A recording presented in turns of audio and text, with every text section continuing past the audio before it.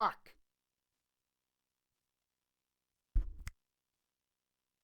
Check 1, 2.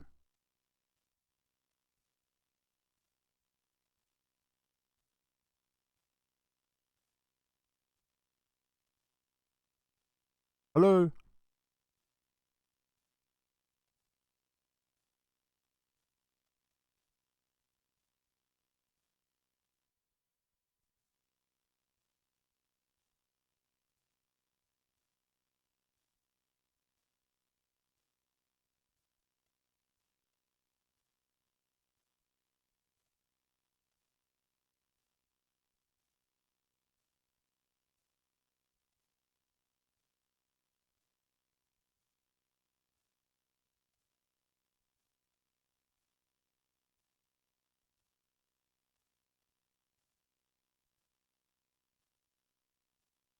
Okay, we should be up and running.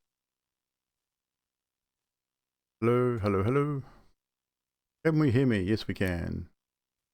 My God, why does Windows do that?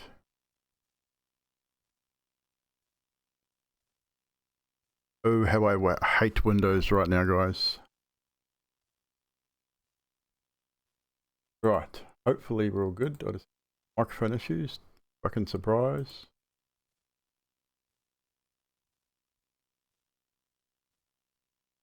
Yeah, well, my microphone had reset back down to 40%. Fuck you, Windows. I really don't like fucking Windows. I tell you what, if I really had the know-how, I would be switching to Linux in a heartbeat. So many issues in the last 2 months with fucking Windows. It's not fucking problem. Right, chat. Hopefully you can hear me, hear us, and hear the chat back. I think We have to behave. Okay. we don't have to behave. But right now, that's the least of my concerns. Hopefully we got volume here enough for everyone to hear everybody. Oh, sorry guys, we're a bit late. I've been having technological issues all day and I'm not happy. I probably shouldn't even be streaming, to be honest. I'm not in the mood for it. Jokes in, huh? I've spent all day reinstalling Windows on my gaming PC just to have it do the exact same thing it was doing before. So I'm not impressed. Microsoft, fix your shit. Anywho, hopefully this other audio stuff works without too many hassles. We're gonna try a different thing for the stream audio. Still using tabletop audio files, so I'll still be crediting tabletop audio for the Curse of Strahd campaign, but we'll be using Roll20 to transmit that audio to the players. So the players will join the Roll20, and so what you guys hear in the chat in the stream, hopefully the players should be able to hear as well. They have their own volume control. They can set it at whatever volume they want. If they don't want to hear it, switch it off. So we're going to start the general music audio file because that's just our general musak. Luck from Microsoft, you reckon? But those assholes are going to need it if I have to write nasty emails. But I don't know. I'm at a loss as to why these things are happening.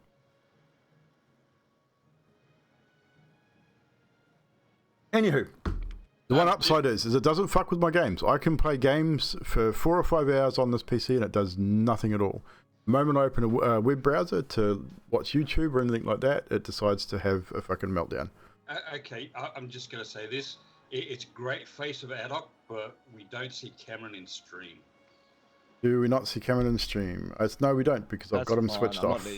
No, we don't need Cameron. Nah, that'd be because of that problem. No, it's because I got him turned off. I mean, he's behind it. He's behind it. He's behind his picture. He's behind his own Addoc. I have an Addoc away picture because he's been away a few times, so I've actually created an Addoc away image. So if I turn that off, when this thing decides to play it. Here we go. Now we just see an ad hoc away because he's not there. Ad hoc, get your ass back in the camp. So I can turn that camera off. So what I'm probably going to end up doing is I'm probably going to reinstall Snap Camera on this fucking PC, get rid of that crusty Logitech P920 camera, and go back to my original camera, which I had no hassles with. But so at the moment, what you guys are seeing in Skype is my old camera, which is a little darker than what you're seeing on the stream right now. The setting I have that at. I could probably change webcam settings.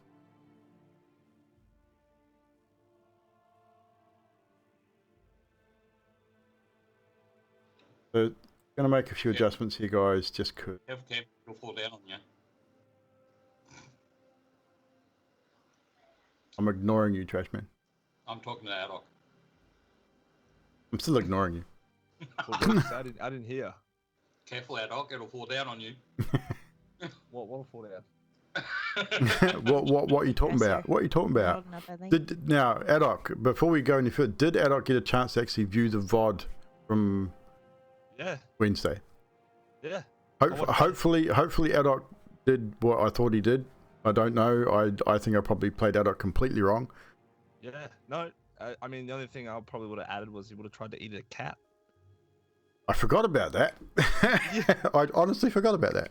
You're probably quite right. He probably would have. That's it. I mean, you cooked one with the fireball. Could have ate it right there. You're probably true. He more than likely would have tried to eat a cat. So again, welcome guys to the channel. Hopefully things will go without a hitch. If we have tech problems, we have tech problems. It is what it is. I will probably spend all the next 2 or 3 days trying to fix the problems for Sunday. But we are running a little late. But without any further ado, we should get back into... Can you live without the Roll20 thing? If you want to, it's up to you. If you don't want to hear the sounds, it is completely up to you.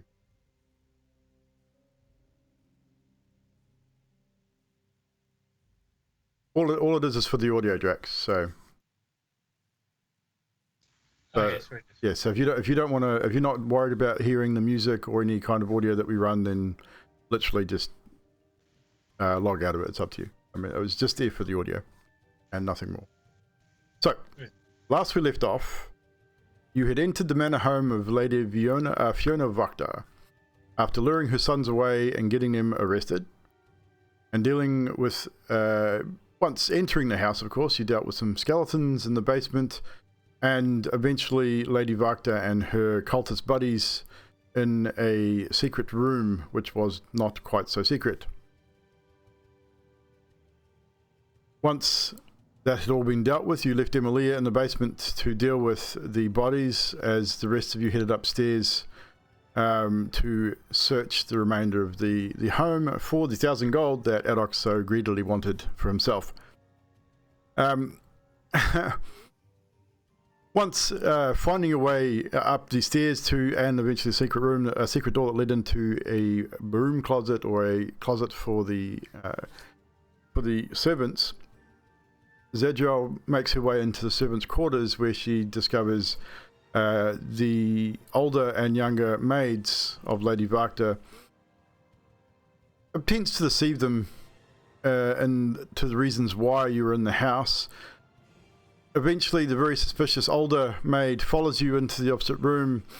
As she enters, Adok, missing with his blowgun, striking the door frame, but Zadriel reacting quickly, removing the dart with the paralytic agent on it and rendering the woman unconscious. The younger of the two, coming in to see what had happened, shocked to see that this older maid had been attacked, tried to run and escape. Zadriel then casting the sleep spell, sending her unconscious into the corner post of the bed, killing her instantly. Fortunately for Zadriel, Fibblestib's quick thinking and healing spell was able to stop the inevitable death of an innocent on the hands of the paladin Zadriel, which may not have done her faith too much good, I would imagine. But you set the scene to pretty much set anyone that coming on scene that these two may have been having a party and may have gotten a little drunk and possibly hurt themselves. From here, you move through the house, searching for riches and information. Meanwhile, Emilia tends to the bodies in the basement with her druidic skills, burying the remains and the remains of the skeletal creatures also. Eventually, she joins you as you guys on the second floor, but before you made it there, you found the den.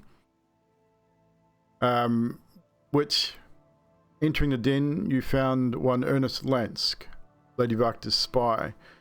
With some quick thinking and quick talking, he offers you a deal with which you agree and are given a key. He makes his exit hastily with a golden goblet encrusted with some gems, leaving you with a few other items, a candelabra, a wine decanter, and a few bits and pieces that seem to be worth a little bit of money. From there, Adok snatches the key and heads upstairs to find the 1,000 gold. Has to be here somewhere. Once upstairs, you start systematically searching rooms. You find the boys' rooms. Nothing in these rooms would indicate that they have anything to do with their mother's activities in the basement, though you're not 100% sure. Eventually you find a locked room which seems to have a cat locked behind the door, or so you thought. Upon entering this room, you find a young woman, quite mad, thinking she's a cat. She is clearly not all there, and you are unable to help her at this point. Deciding that maybe Father Lucian or someone in town may be able to help her, you shut her back in her room where you believe she'll be safest at this point. Moving away to the library, you find several cats. The room smells extremely bad as the defecation of these cats is all over this room. Windows were open, cats were shooed outside. One cat was killed with a firebolt, which was rather spectacular, but another key was recovered. From this, a search through the room, you found some books, which I can't remember the titles of because I didn't write it down, but I believe Karnos wrote the titles of the books down. But you eventually find a book at an odd angle, which Karnos asks Fibble to aid him in finding out what it does. Eventually, working it out, you find another secret room. In this room, you find an iron chest, which, once again, Adok greedily shoots through in front of everybody else, and without any thought of traps or any otherwise, opens the chest, believing the key would make him safe, which ultimately it did. Inside, Adok finds 180 platinum pieces, which he reluctantly gave up 14 platinum pieces in exchange, which I did put on your character sheet, Cam. And a smaller pouch with 110 gold pieces. An old pipe, which looked like it may have been may have been handed down through generations, extremely old. Several scrolls and letters which contained some valuable information in its contents. You find Lady Wachter's room, inside of which you find her quite dead husband, although very well preserved, lying in the bed. A family portrait on the wall depicting this man, Lady Wachter herself, her 2 sons, and a baby daughter. Or a baby girl by the looks of it, dressed. You weren't entirely sure whether this might be the girl in the room. An older portrait, but assumptions led you to believe this. In the wardrobe, the closet here, you found another chest. This time, Fibble attempts to unlock this chest with his skills as a locksmith. However, the attempt rendered him unconscious. Attempts to revive him seemed futile, as nothing seemed to bring him back to consciousness.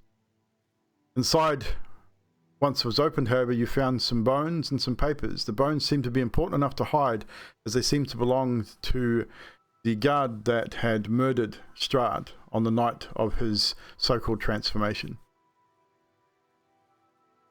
Deciding that Father Lucian should be informed of the woman and potentially the bones, you leave the manor and head to the church.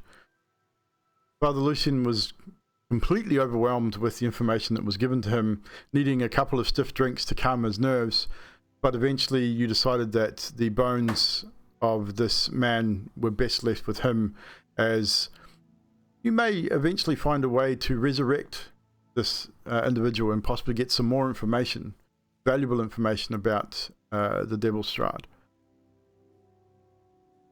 After leaving the church, it was decided that you best head back to the Blue Water Inn to get some rest, but along your way you stop a patrol and inform them of your need to speak to the Baron the following morning in regards to the evening's events.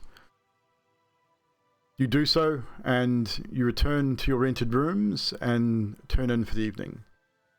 We rejoin our party now as the morning breaks in Vallaki. It is another dingy, drizzly day in the land of Barovia, but you are all well rested and have gained the benefits of a long rest. And I now turn it over to you as you wake in the morning. You know you have an appointment with the Baron sometime this morning. You've been told not to be too early, but you probably got a couple of hours to up your sleeves before possibly needing to be there. Zodriel is saying her morning prayers, and I don't know if you guys are up or not. But if you're not, I will wake you all up with a kick to the knee.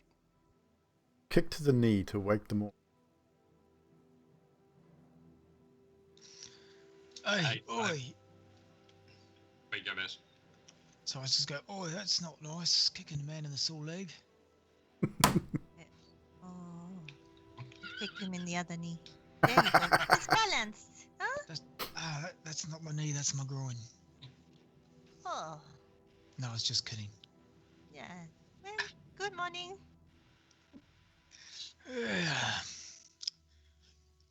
Morning, Skathis, how are you? Looks up grumpily. Daniel, you know, for a paladin, you're pretty aggressive. You realise that? You've like exploded heads, you kick people in the knees. I thought you're supposed to bring like joy and happiness, not pain to people. I thought it was nice. I thought, you know, we'll have a good time. It's like not the god that I exploded, but he signed up for that. So What? Who signs up to get and You know what? exploded it? coffee. Does anyone want some coffee? I'm going to quickly leave. Oh, I could do with a bloody whiskey right about now. I'm about out of stuff like that, aren't I? Getting low on my booze, actually, completely low. I could do with a bloody new knee from getting kicked. Didn't you, Adok and Fibble, you make yourselves your own knees to replace the knees you kicked, right? I mean, I wouldn't trust Fibble to craft a knee. Would you trust Fibble to craft a knee? Look at him. I can hear you right. Yeah, I know, but look at you. Have you looked at yourself in the mirror? I don't want to be rude, Adok, but if I was going to be playing the trust game, I think it'd be Mr. Stirb over yourself. That's a bit rude. But nothing but good intentions towards you, but nothing but polite. I also helped you out. We're all being nice, but I'm just saying, when you look at Mr. Stirb, he looks kind of genuine and friendly, a little wild in the hairdo maybe, but you know, it looks deceiving is what I'm trying to say, I guess. You end up being reasonably nice after all, didn't you? Oh, I mean, yeah, it depends who you ask. Yeah, anyhow, I think Zadriel's gone to get some coffee. Is it too early for a beer or wine? Let's have wine here, that's right. Anyone up for a wine? You could always just get a glass of water and ask Zadriel to turn it to wine. Can she do that? Yeah. And I pull out a water skin and I give it to him and goes, "This is the good stuff." Carlos takes it and just has a sip. He's obviously, it's a couple of hours in the morning. He's not planning on doing too much, but he doesn't know if he's going to be on duty or not. So he just has a bit of a sip, couple of gulps. And when I say a sip, it's like, half a cup of tea.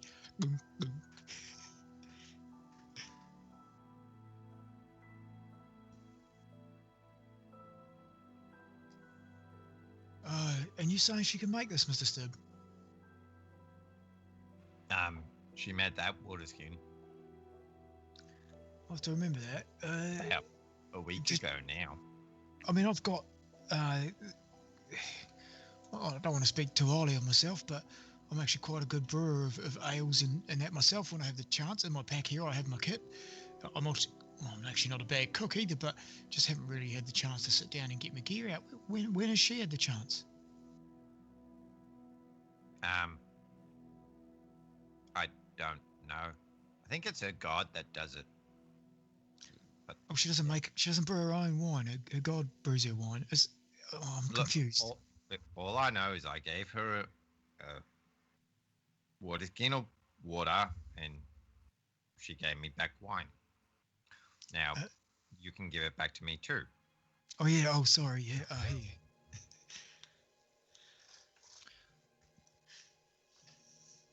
Yeah, I remember a story about someone who used to be able to also walk on water as well. And he also, he fed like a couple of thousand people with just like one fish. He put it in a bucket. He pulled out a whole bunch of them. What was that? He had long brown hair? Yeah. His last name was Yeah. Buss. Yeah. Like Is- Jed Buss or something. Yeah, like Jebus. You Yeah. reckon like Zadriel and Jebus follow like the same religion order? I'm not much a follower of religion myself, but it's possible, I suppose. That would make a lot of sense. We should see if she could walk on water. Or maybe, we can maybe wake up Emilia and see if she can make like a big thing of water for her to walk on, right? Yeah, and then we should also get a fish and see if she can like multiply the fish. Is this going to give us any benefit at all? Well, I mean, we can make some money off of it. I like Cirque de Zadriel. No, the amazing Zadriel. Zadriel the Great. Sell her as a magician. Yeah. But she's a paladin. Not a, one trick, magician. Oh, that's kind of similar though, right? They still do magical trickery. This is more. I don't think it's magic. I don't understand. It's not magic that I know, at least. Right. Well, Skate, Carlos- what do you think about this? As they're talking, Carlos scratches his head and sort of carries on out the door and goes to look for some refill wine. By that time, I would walk downstairs. I just wanted the conversation to continue.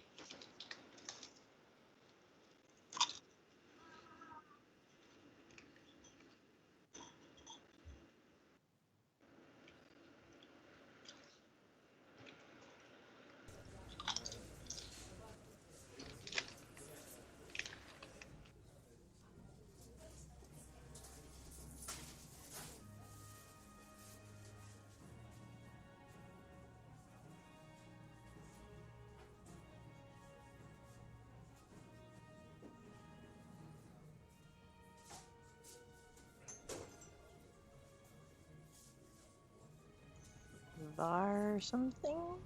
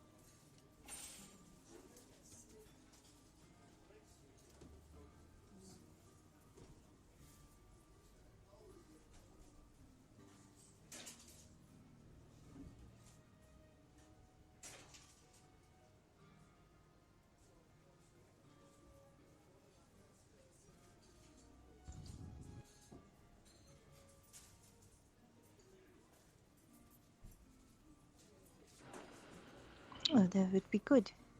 Do you know about Wagner's boys? Are they still in prison?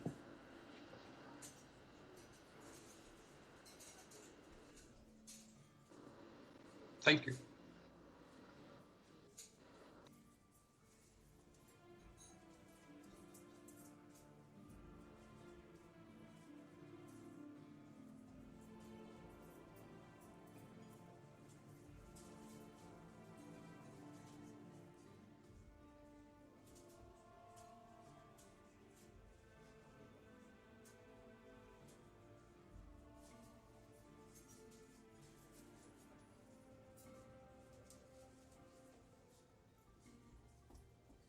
So I've been thinking about those cats and that crazy cat lady. You're not eating them.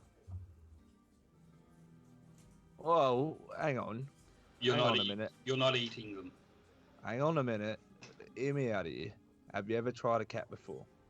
Yeah, wasn't really tasty. You didn't have it cooked right then, did you? I tell you, if I cook you that cat, it's gonna taste bloody beautiful. I need Believe you dragon me. shard. Are you a chef too, Mr. Addock? A bard, a musical type castery thing who makes cannons and can cook? Look, I don't mean to toot my own horn, but I am a jack of many trades, some would say. Oh, I'm glad you put of many trades. I thought that was going somewhere else. I don't know where. But no, You know, regardless of eating the cats, it wasn't where I was going. I was mainly more thinking about... Because one of them had a collar, yeah? But the rest of them didn't. With the key. Remember? Yes. I'm thinking, and that lady would call herself like a kitty. You guys ever... You know, there are some magics out there that can transfer similar to how you give life to a machine. You can transfer someone's soul into something else. You know how souls get recycled here? Are we all on the same page? Have I lost anyone? Escapist, you look a little bit confused. Does I have no fucking idea what the fuck you're talking about. you think the key is something to do with Kitty? No, I'm not. No, what I'm saying is, I mean, yeah, I blasted the cat and I roasted it, but maybe I shouldn't have done. I know. I'm feeling a little bit guilty because what if the soul of the actual girl was in that cat, and then the cat's soul was in the girl, and then I've just killed this cat, and then the soul, her actual soul's gone, and now we just got a crazy cat lady running around who's actually a cat but thinks she's like a human, and a human. I'm not making a lot of sense, am I? It's just what I've been thinking about. No, you're not making any sense at all. That's no. I think he is making sense. I believe I met a dragonborn once who spoke a lot in circles like this, and I think he's got some sort of idea going on there. Yeah, right. Carlos and your bloody stories. Stop with those damn stories. Yeah, right. So, well, it doesn't really concern us, does it? Well, their father said he would look into it, so we can stop by after the Baron and see what happened. If you're worried. Oh no, like yeah, I don't care. I was just thinking about it. Hey, I don't really care. Okay, well, I care, so we will go. See. All right, cool. We can go back there to that house. Maybe we should like bring her to the pastor. I don't know if you know this, but if people are looking for someone to blame for what's going on at the house, they're going to expect the criminals to return. And if we return to the house, they're going to assume we are of criminal nature, i.e. the criminal always returns to the scene of the crime. So maybe the best bet is to make sure they don't think it's of criminal nature first. Well, we've got to go see the Baron. So if everyone knows we've got to go see the Baron, and the Baron asks us to investigate the house. Right, yeah. Oh, feeble. Yeah, right. I like where you're going with that. Real quickly, because there was a disturbance there last night. Because I don't think what we did was really quiet, and I need dragon shards. Wait, what? Need a dragon shard. For what? I haven't seen a dragon in this land at all. Well, it's actually a stone, but yeah, What's a dragon shard? it's a stone. It's just When So a you need- dragon is so- no so longer you- constipated. You need a stone shaped like a dragon. No, it's just called dragon shard. It's a stone. It's normally pinkish in color. But yeah, I need some. So well, it's more of a crystal. Yeah, crystal. But, yeah, good stuff. I need it. I'll go back to being quiet. I've got a plan of something. Adok would probably help it. Yeah. What you need? Let me know. I can do it. I need the dragon shard. I need the dragon Great. shard. Well, then we just Some metal, we'll get one of them. some wiring, and some time.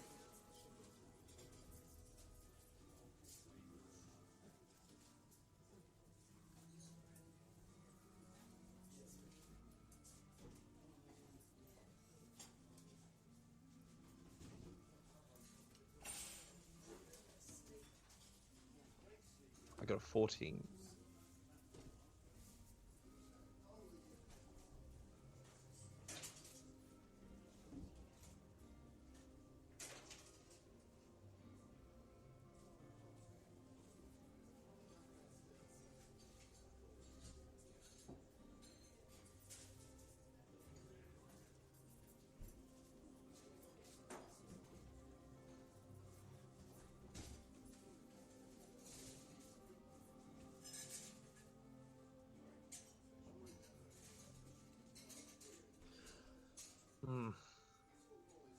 Well, I'll tell you what we could do.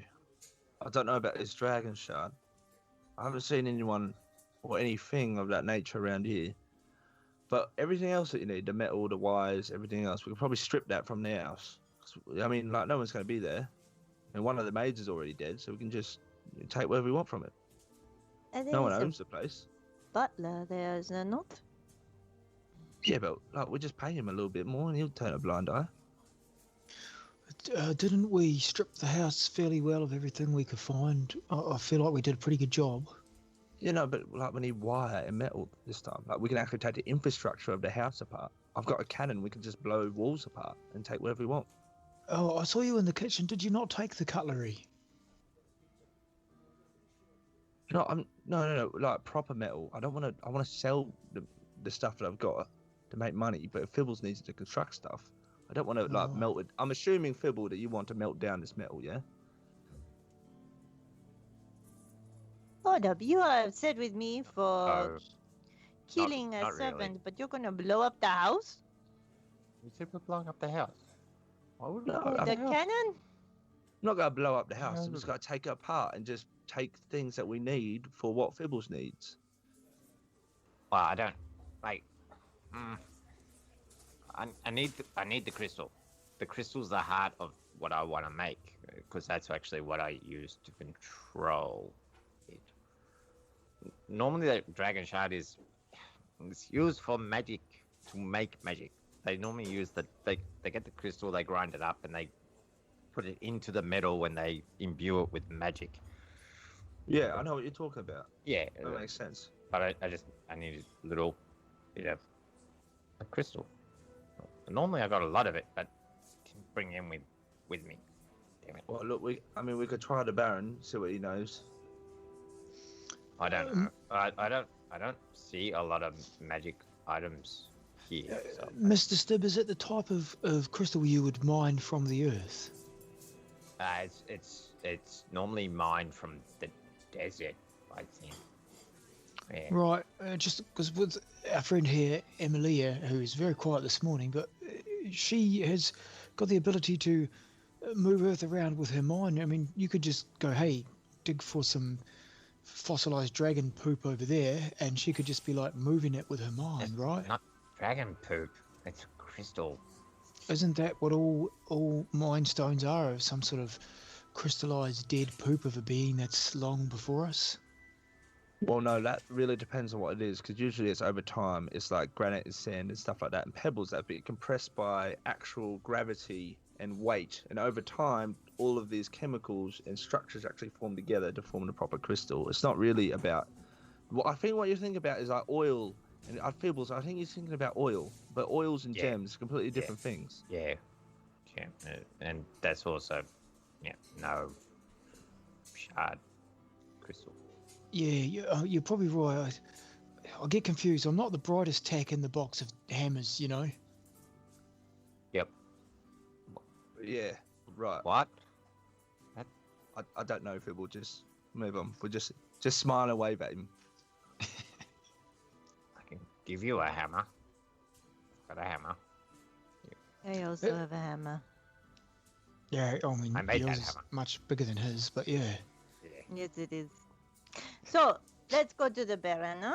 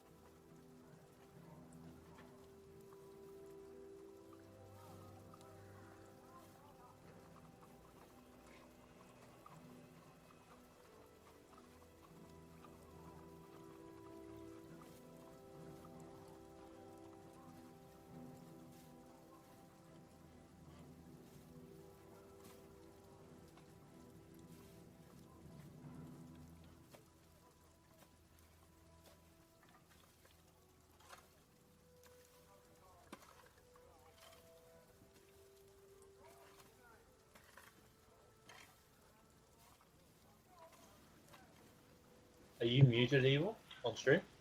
Are you muted on stream?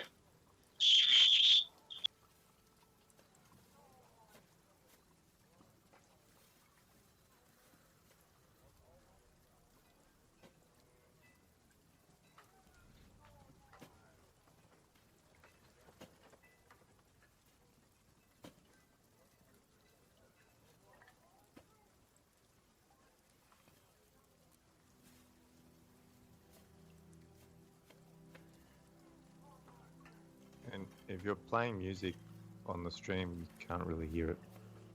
I can hear it.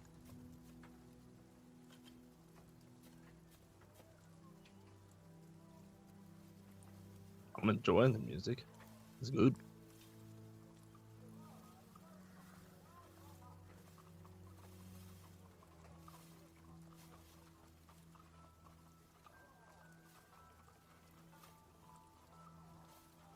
Okay, should be able to hear me now, but I don't know what is happening.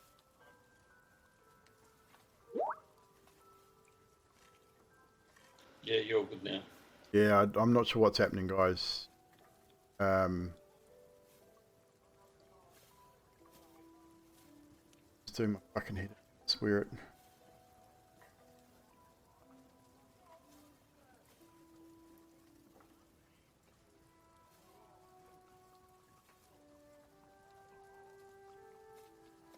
So why microphone?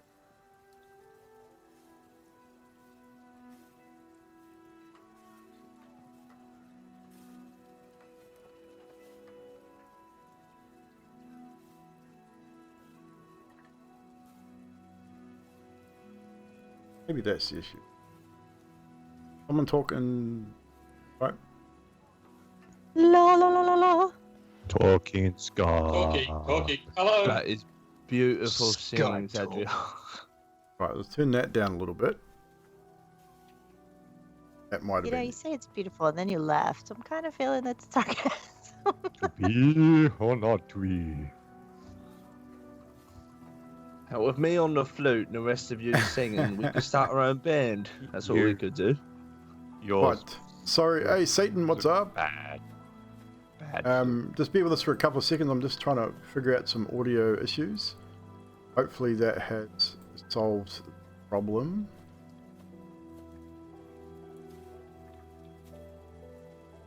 Let me know if the sound drops out again, guys. Satan with a sub. Up, dude. Cheers for that. Appreciate it.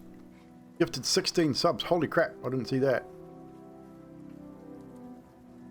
Wow, thank you. Holy shit. Sick, what's up? Thank you so much for that, Satan, my friend. Very much appreciated. You are a amazing person. So, as you walk and talk and head towards the Baron, now that everyone can hear me, you make your way through the city, and the people seem a lot happier than usual. You make your way to the north to the Baron's home. Once there, you make your way to the front door, and you knock on the front door and are greeted with one of the many servants that serve the Baron and his wife. They lead you into the same sitting room that you have been a few times before, and sit and wait. It doesn't take long before the Baron, this time on his own, without his dogs, he is, let's say, modestly dressed today, not in the noble robes that you would normally find him in. You get the impression that he probably wasn't really intending on seeing anyone today, but as obviously the guard had come to see him, and I've obviously passed on the relatively matter of urgency, agreed to see. Sits in his large chair across from you, and good morning. A beautiful day, sort of, it is. Best as we can get here in Barovia. Now you wish to speak to me in regards to Lady Wachter, I hear. Yes. Well, we went to her house and found a bit of a cultist ritual down in her basement, and they all turned on us, and Lady Wachter is sadly no more. And we've also found a woman who thinks she's a cat. Did she have a daughter? Let's back up there a moment. So you say Lady Wachter was the leader of some cult, practicing black magic? There was a pentagram on the floor, and they were all in robes, and they attacked us, and there was some kind of animal that bit me, some kind of dragon-looking thing. Oh, not good. Well, we could use this to our advantage. Of course, your involvement in this, they'll be omitted from any records. And I will have no knowledge of actions. But if there is evidence of this black magic that we can take record of, Yes. then of course we will have the authority to strip her and her family of title lands and expel any remaining of Wachter's party. Oh. Well, Phoebe. there's this huge pentagram underneath Phoebe, the Phoebe, basement. shh. So I don't think the boys knew what was happening to their mother or their father. Do you? The Wachter boys, as you put them, they are men. They have caused much trouble, Lucky, last couple of years. I'm quite sure many businesses here would be pleased back of said Wachter boy. But if you believe that they are not privy to their mother's doings, shall we say? well, they called it a book club. So don't. They are not too bright. Right. That being said, I think the whole thing with the sister, I think they knew about. That's not right. I would not be so sure. The whole town, most of the town. I mean, I was not there because I have tensions between her family and mine. But a funeral was held some 3 or 4 years ago. And they supposedly buried their sister. So if she still resides in the house, possible they knew. We could find out, of course. It wouldn't be too difficult to determine whether they knew. We'll Of need to her question the existence. voice then. I hand him the books that I have kept of the rituals that I found, and the other one calling the forgery of the demon summoning thing. I hand that. You hand it over to him. He looks at them and he sort of quickly thumbs through it, and I think this will be sufficient enough evidence to damn Lady Wachter and family. But if you say that her boys are not included in this wrongdoing, then we would take that into consideration. They would still lose much of their holdings, which would turn to this monarchy. But the boys would retain the family home, if they so wish. And if they kept themselves out of trouble and become productive members of society, we could come to some arrangement. Sorry, Your Barrenness, to interrupt. But did you say that they would lose some of their holdings or something? Yes, the Wachter family does have several lands that they have acquired by a dubious means. No, that is fine. Mainly, well, as we know, things are expensive in this place, and if there was anything of value, of like money or anything like that, that we partake, your lovely adventurers that have helped eliminate this family's nuisance from your lives, we would love to. Well, we would love to have some of those holdings. If they're being returned. He looks at you, raises an eyebrow, and what exactly happened to Lady Wachter's holdings at home? I assume that some of those holdings found their way certain pockets, which of course I would not want to know. I can solemnly swear that the majority of it did not go into my pockets.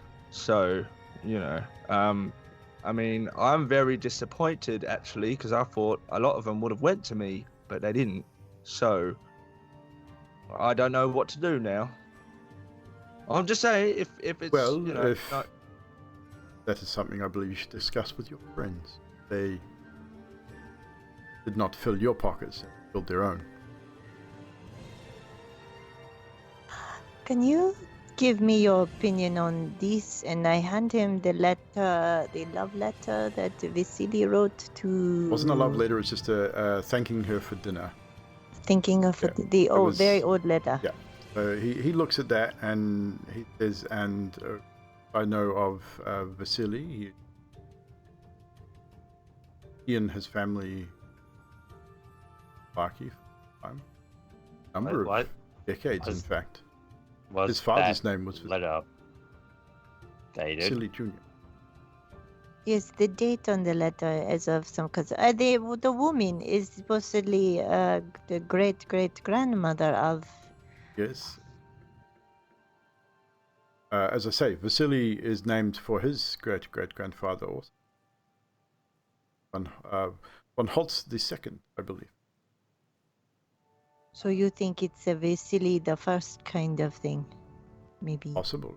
How was it? I mean, unless we have another vampire in our town, I doubt. Possible that named for his great-great-grandfather. I'm not 100% sure. I don't really know the man all that well. I have met him a few times. I have kept my distance from him because of his affiliation with Lady Wachter, and I assume his affiliation with Strahd also.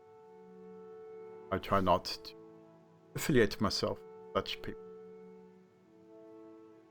Which hence is why we got off on odd foot. Strangers are not looked at very kindly. Perhaps maybe if you were as to be so kind as to direct us to where Vasily might live, and maybe we could pay him a visit and ask him directly. I'm sure someone, I don't know where he lives personally myself, I've never been. But maybe Lady Wachter's sons might, whom they would have had personal dealings. Yeah, great. Cool. Zadriel? Is there anything else we needed to talk to him about before we? We sent the father to look after the girl. Oh see if yes, he the could- girl. You said, yes. Well, if indeed this woman is Lady Wachter's daughter, and Father Lucian can help her inherit her mother's estate along with her brothers, but most of their holdings will be seized and back to the people of Arki. They should have been many. Excuse me, your barrenness. Yes. We're going to possibly need to head back to the estate of Lady Wachter at some stage. Do we have your blessing, or at least maybe if someone asks, we can tell them we have your maybe your vocal approval to go back there? One moment. Reaches behind him. He's like one of those the pull cord things. It's like just a rope, and he pulls it, and off in the distance, hear the faint sort of dingling of a bell, which sounds like it's out in the hallway. And after a couple of moments, one of the servants enters the room and comes over to the Baron. You hear him look at the servant's ear. He leaves. 5 or 10 minutes later, comes back with some parchment, quill and ink, and a small piece of red wax, candle, and all on a tray. And he leans forward and writes something out on the scroll, heats the wax up on the candle, dabs it onto the paper, and then puts the seal in. Sprinkles some powder over the ink, as you would know. Anyone who has used ink and parchment would know these to set the ink. And he waits a little while for the wax seal to dry, and then hands it to whoever takes it, probably to you, Zadriel, and says, if you are stopped by a patrol or a guard or anyone in particular of nosiness, present them with, let them know that you are in my employ, working as my emissary. Curtsy and say thank you, Baron. We will be going if there's nothing further, I think. Not anything I can think of. I say, you are enemies of Strahd, you are friends of... Carlos leans over to Zadriel and says, that was one job for him, right? Maybe, do we have to collect another one? Baron, is there anything else that needs doing around here, or? Not that I am aware of. You are able to help those in Vallaki of need. If there is anything they need, help them with, it reach my ear, of course. All right then. But I have nothing further at the moment that needs immediate attention. And then I whispered to Carlos, we do need to go and help Erwin at the bar, too.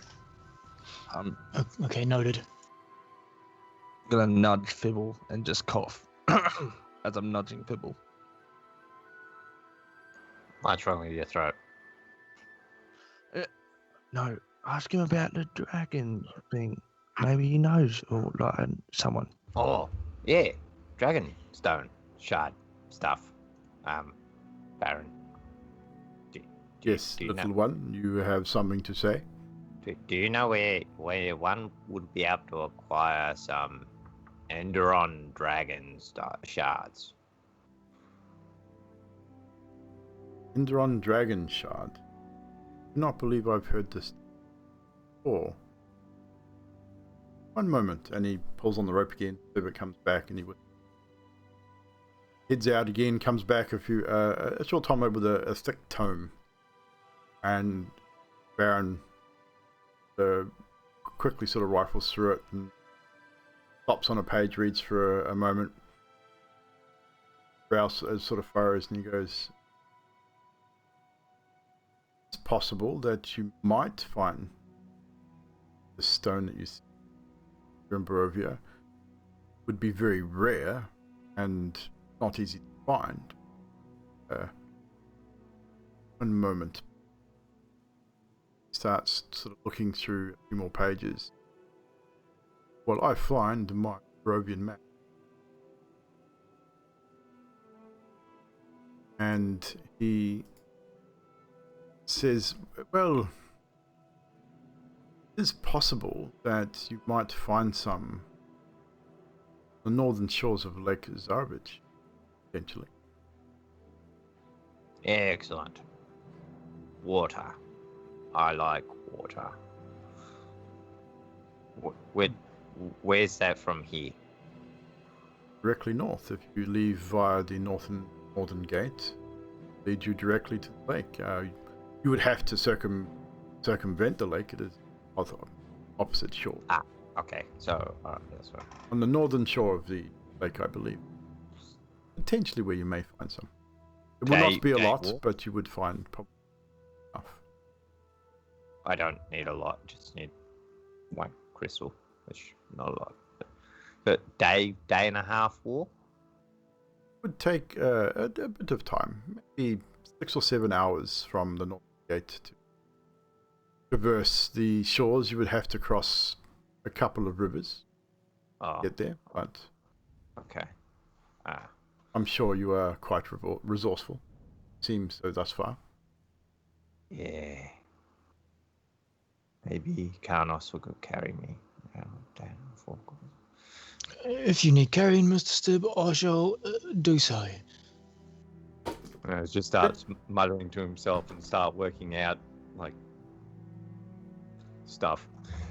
You would have to carry Adok too, one side would be heavier. It'd be like a piggyback or shoulder ride to keep him centralised is what I was thinking, but if I had to take them both, I'm sure I could. Yeah, maybe we could get one of those cart thingos and you just pull us along. Or one of those things you put over your shoulders and have buckle on either side. Or maybe we could just hire a horse and a cart. That could work also. But we've got a Karnos. Karnos is better. Why would we hire a horse? All right. Okay. I thank you for your confidence in me. It is the nicest thing you've said in a long time, Mr. Stibb. Wow, you I've seen you in fighting, and you seem to have some strength about you. So. And Skathis, you too, acknowledging that. I appreciate it. Ooh, wait a minute. We could get Em and Leah to turn into a horse. Maybe. Hey, that's not. Oh, sorry, you said horse. I'm going to thank the Baron and see our way out where we're walking and talking before things get dicey. Yeah, Thank before you we very look, much, Baron, before and your we wife. leave, I thank the Baron for helping me out with this. He gives you a slight the nod stuff. in recognition, and sees you. His servants see you out of his home. You head back into the Valakian streets, where the day is your own. Okay, so do we want to go see if the father has... do we want to go back to the house, or do we want to go see what Erwin has to say? Which one's Erwin again? The the barkeep. bartender, yes. Isn't he one of those? Where ravens. Yes. Right? Yeah. Okay. Maybe they could get the star. Make a perception check to see who heard you say "Were Ravens" out loud, and using Erwin Martikov's name. Did Perception. ask you to keep it secret. Walking and talking. Loud.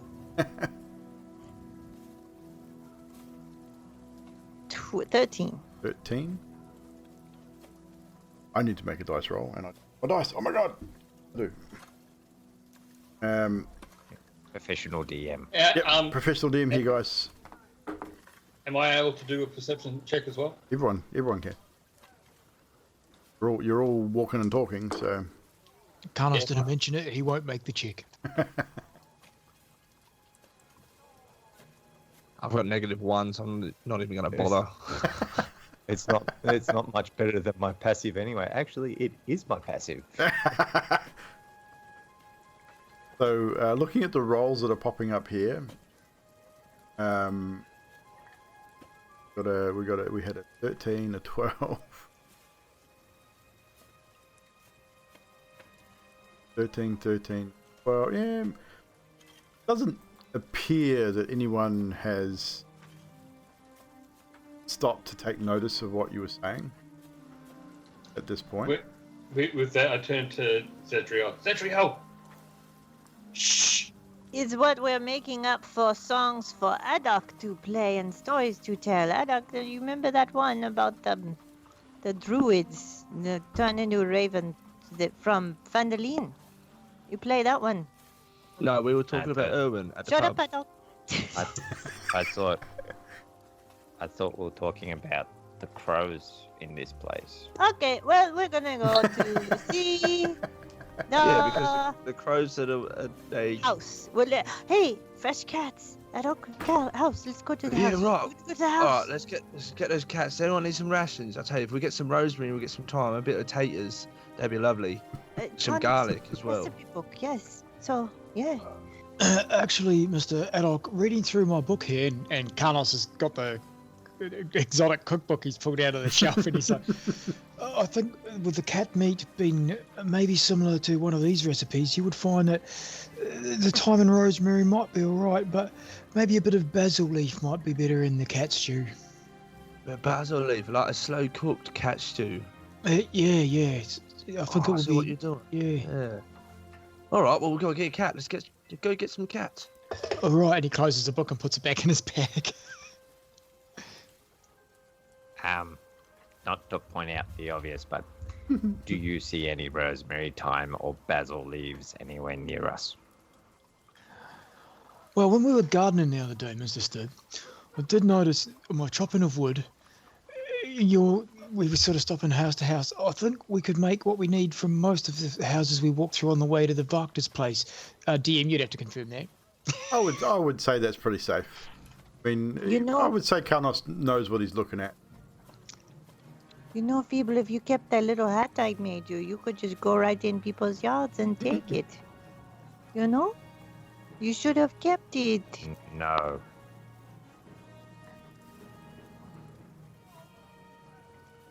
No. I like my hairdo the way it is. The hats make it go flat. It I is. know you were so subconscious. It is a wild and free hairdo. You wouldn't want to contain that, would you, Zadriel? There's a lot of things I want to contain for Feeble, but he's not. I'm just gonna walk. While we're walking along, I actually pull out some jewelry tools.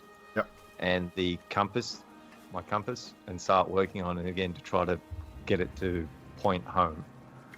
Okay. Make a tinker check. What's tinker again? Investigation or Dexterity. Dexterity plus, so D20 plus Dex plus perfect. So that would be plus 7, 8, 9. So 10. Work on it for a little bit, and it just doesn't feel right at the moment. It doesn't seem like it's going to work right now. It still feels off to you. And then I cast mending on it again. And you do so. So as you head to... are you going to the house or the church? So I'm clear. Also, we did a full long rest You did. before all this. Good. I've got to tick that off then. Which way are we going first? We're going to the church first, will we? Oh, what's closer? Did we? The Yeah. Wachter's house would be closer. go to What the house and time? see if she's there? I recommend we go to the church first and find out what the father has I thought he was managed to going. ascertain. I thought he was going to the house, though. No.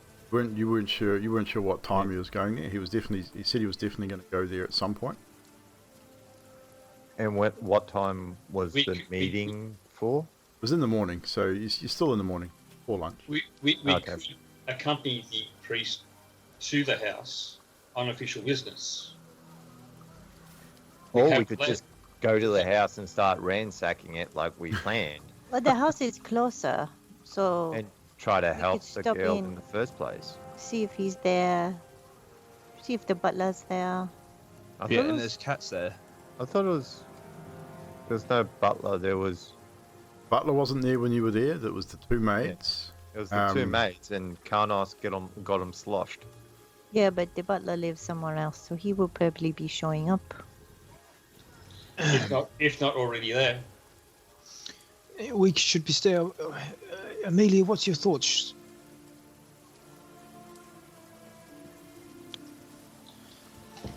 Emilia doesn't actually realise that you're talking to her. If you look at her, she looks like she hasn't been paying attention at all this entire time. She's sort of been going along with the crew. Sorry, I didn't mean to wake you up there, Emilia. Drax, which one are you? But, hey, Um, we're heading to the house, and we were just wondering your thoughts. Do you think maybe we should, a couple of us, hang out outside the house to guard place while the others go inside and do business? well, last time we went to the house, I was using everything I could to try and stop people from dying. Maybe it would be best if you're going inside that you actually. That can't happen twice. Come on. Can it? I mean, if the house is filled with poison fog, as apparently it is, in places, and random chests, No, that wasn't poison frog. That was haddock.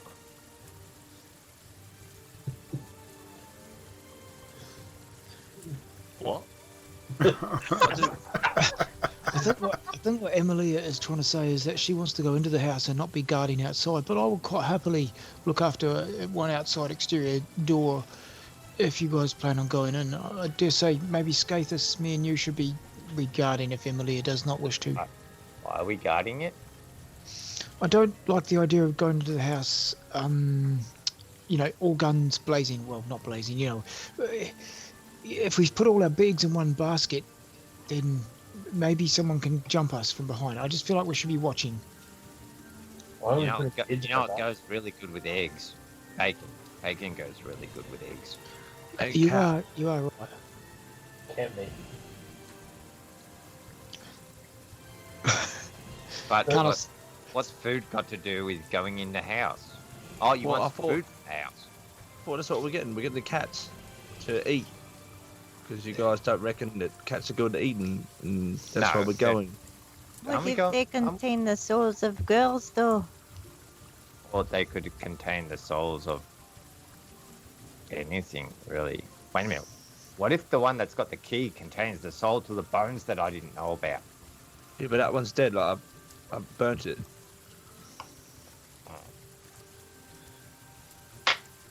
Carlos looks at Zedria and goes, "All right, you're the leader. You make the decision. I am confused." Great. I am going to. We're going to go in. I'm sure the father might be there by now. We'll go see if he's home. So, keep walking.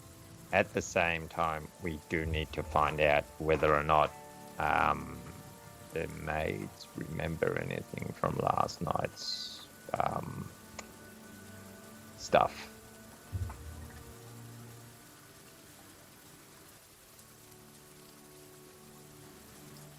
So why are we going back to the house that you guys ransacked last night?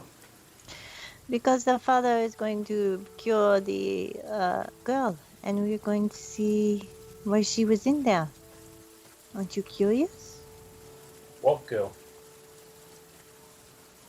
NB, I wasn't here for that. Emilia didn't see the girl. Oh, Came to the stairs after you The cat girl. re-shut her back in her room. there's a girl locked in a room with straps on the bed, and she swears she is a kitty cat, and I could not heal her, so we asked the father to do it.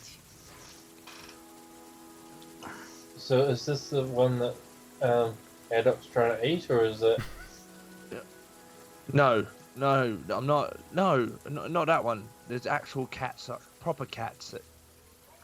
Look, I'll show you. Look, come with me. We'll show you the crazy cat lady. Then we'll get the one that are half cooked, and then we'll get the other ones, and we'll kill them, and then we'll make a whole cat stew. She's not really a lady. She's a girl.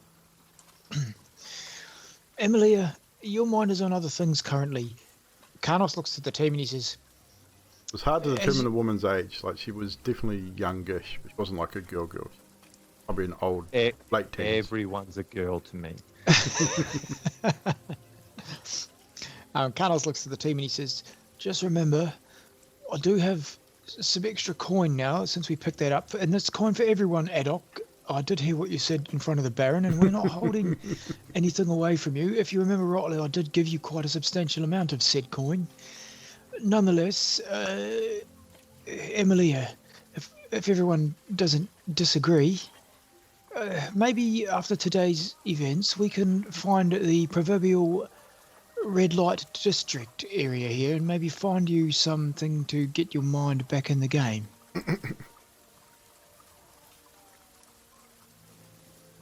Yeah.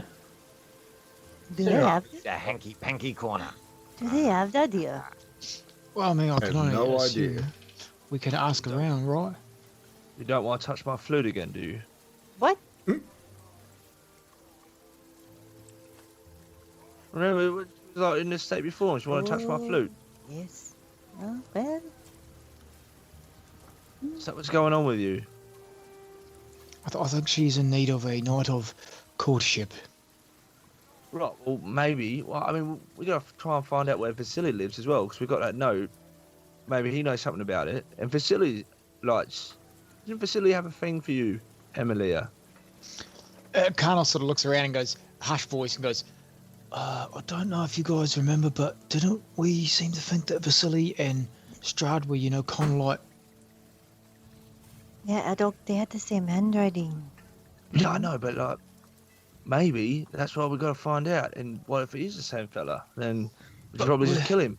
Yeah, but we don't want Emilia to go for that. No, Maybe we don't. No, we don't want to be. She doesn't need to be bound by the Batman. Maybe we bust out one of those. When those guys get bailed out, maybe we let her have a go at them, and then they'll be fine. She's right here and can hear all this too. Oh, hey, Emilia. Yeah, we let you have a go at them, and then you'll be fine. Truth be told, I wouldn't actually mind talking to Vasily, but I'm pretty certain you guys won't want to leave me alone with him. Well, I mean, We don't want to leave you alone with anyone. Well, I mean, Which is going to make... Oh, that's going to make it hard. If you're going to do what I'm thinking, if you're going to touch his flute, I'd rather leave you alone. I don't want to be there. I mean, I don't know about the rest of them. Okay, that's a great idea. Let's do that. Vasily doesn't have a flute. He's a painter. Yeah, I know. Look, Phil, I was confused about this as well, but Dadriel explain what a flute is. Dadriel explain it. Edok was showing off his... Well, you dropped your pants. She's very intrigued, so, I feel like partially you're to blame on that one.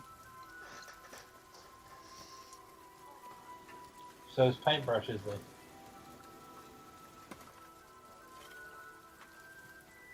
Furry on one end. I guess I did not hear a word you said. Let's sort out our day. Right before the best. Let's sort out our day, figure out what we're doing, and then, maybe look at getting Emilia sorted later on. The point is, I'll have the cash for it if need be. I think Emily getting sorted out would have to be a night time thing, wouldn't it? I guess, maybe. Yeah, probably.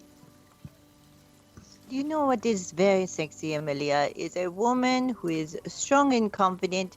You don't need no man. Understand? You don't need a man. Strong, confident, and can explode people's. Oh, something like that. Thank you, DM, for that guidance. Zadriel is talking to herself. Zadriel, are you talking She about does that. the kind of woman who like other women? No, just someone that is self-confident and no, you don't need to entertain her so much. You know? Not so needy. That's fair. I agree. That's fair. So as Zadriel continues to give unwanted relationship advice, we head for the You head door. for Lady Wachter, for the Wachter mansion. It doesn't take you long to get there from the Baron's house. It's in the same district. You eventually make it to the house, and once you get there, you do notice that a couple of the Valakian guard are standing outside. It would appear that obviously someone has alerted to wrongdoings, or it's possible the Baron himself may have ordered the guard to investigate. Who knows? After getting word last night, you're not entirely sure. But there are two Valakian guards standing out the front of the house. They see you coming. They don't seem to move into any kind of defensive positioning, but they don't move. They wait till you approach. And as you approach, they do move forward and please state your business. I show them the seal that we have from the Baron and say that he has given us his go-ahead to investigate. Has the father come by from the church? Yes, Father Lucian is inside right now. He is dealing with. We were told a young woman was found in a state upstairs. We were asked to escort her away while he deals with it. If you are here from Baron, then please enter. Thank The you. father Very is on the second floor. Multi-pass. Give the whole pass. guard hand a gesture. Lilu multipass. Oh my god. And with that, the guards do stand aside and allow you all to pass. Do you all go inside at this point, or do you leave someone outside as you... Before I go on, I go, so what's going on here? And walk in, because I have no idea what's going on here. I'm just going to walk in and be going.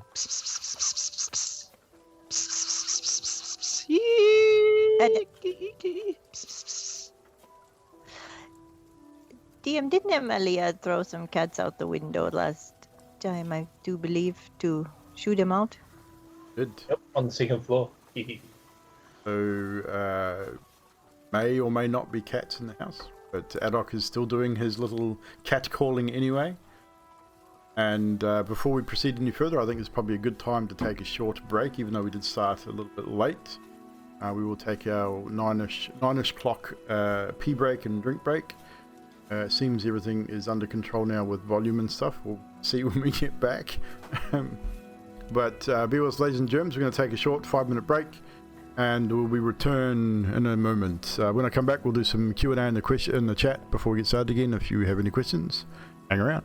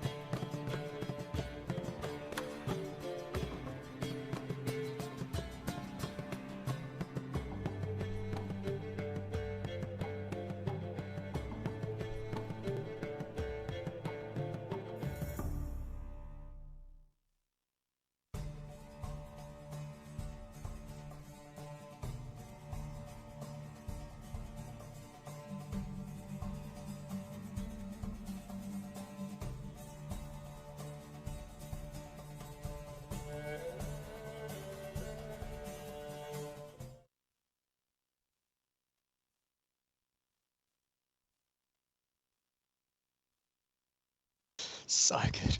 And we're back. They have the death count more than More than Robocop. Yeah. That was pretty funny. All right, guys, we're back. Welcome, everybody, for hanging out. Thank you so much for coming, spending some time with us, dealing with our minor technological difficulties. And our hideous faces. And our hideous. Hopefully, you guys can hear everything okay now that we've possibly maybe sorted audio problems. I don't know. Hopefully. And no doubt I'll have some more because that'll just be luck. Right. So we'll now rejoin the party.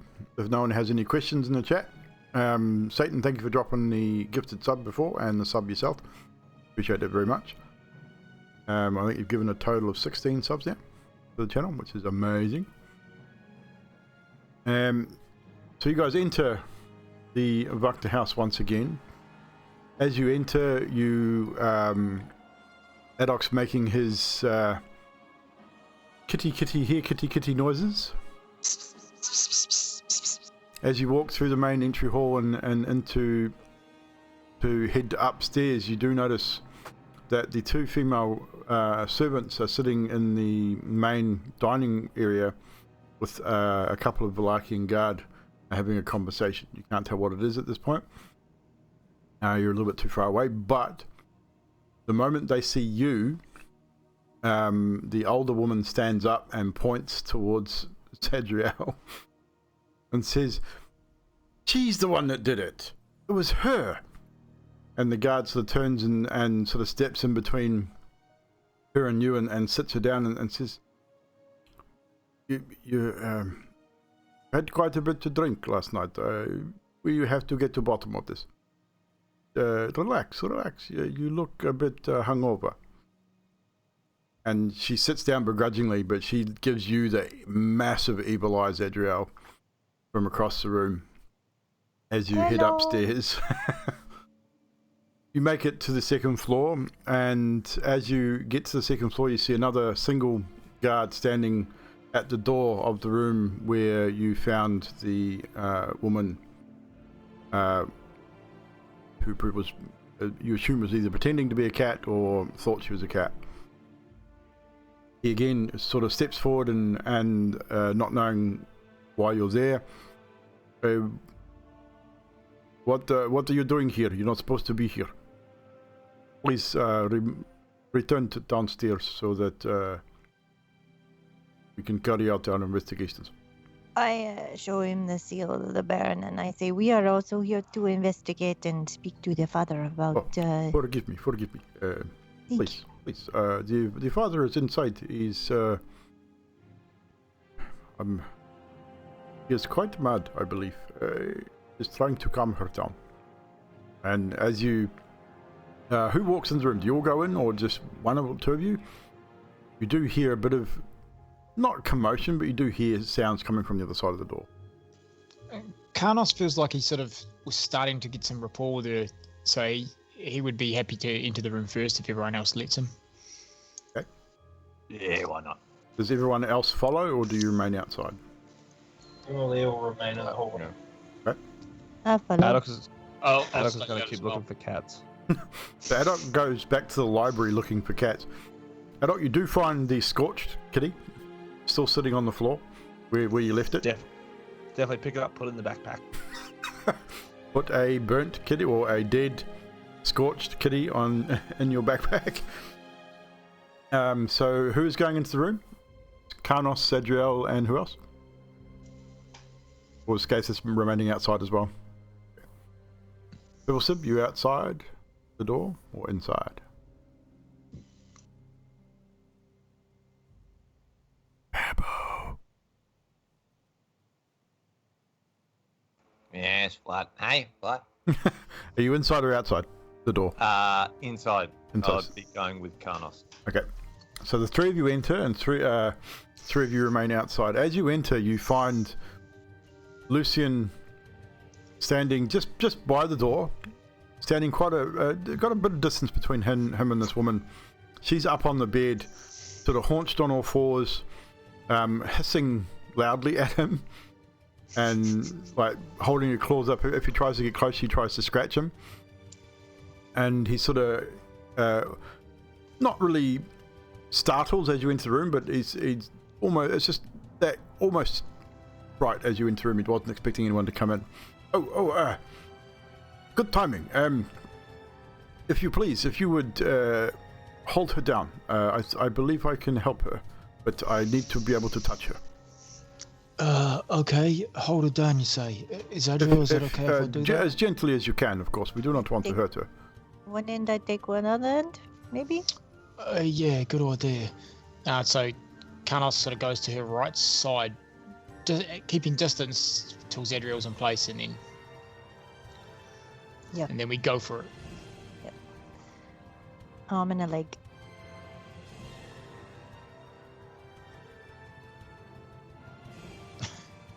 Sorry about that, guys. Just had a moment. That. Beat me to it. Yep. So you, who's going for the leg, sorry? We each take a side, an arm and leg. So I need you both to make a strength check. Make it at an advantage because you are helping each other. Obviously, you're not trying to hurt her, but you are attempting to restrain her or stop her from moving so Father Lucian can do whatever he is attempting. So 22 for my highest. 22? 24. 24.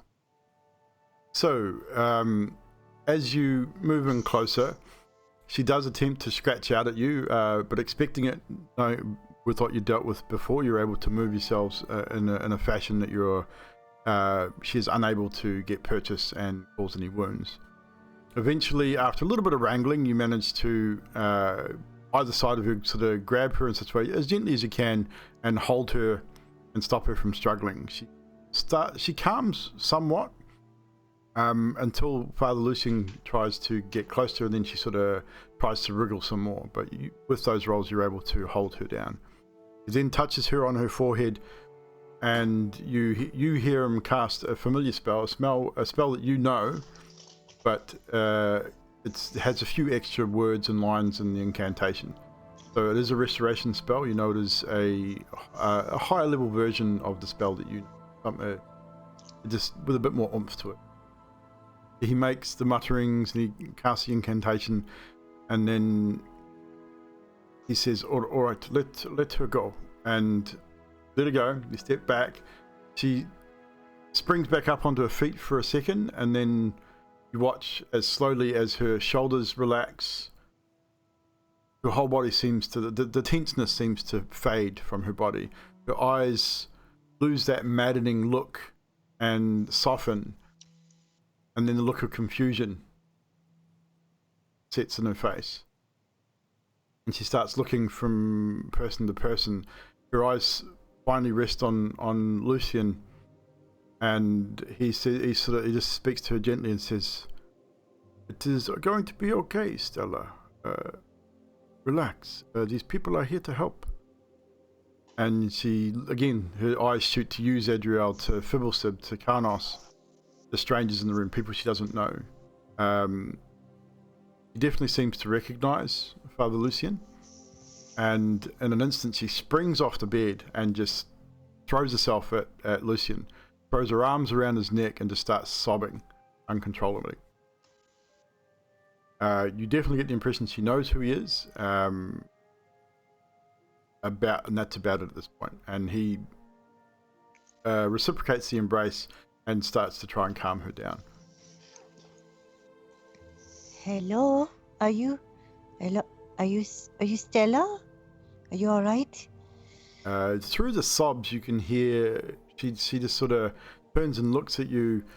Doesn't give you an answer. You can see she doesn't know who you are. I mean, clearly. Lucian says, maybe it'd be best if come by later. Have the chance to calm her down, feed her, and maybe have a conversation. She knows. Come by the church a little later. then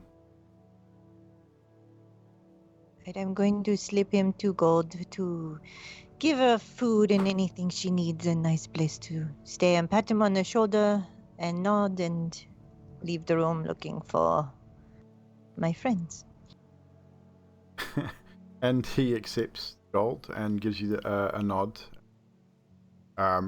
Does not yell out, but he calls out, "Guard, please, we must go to the church.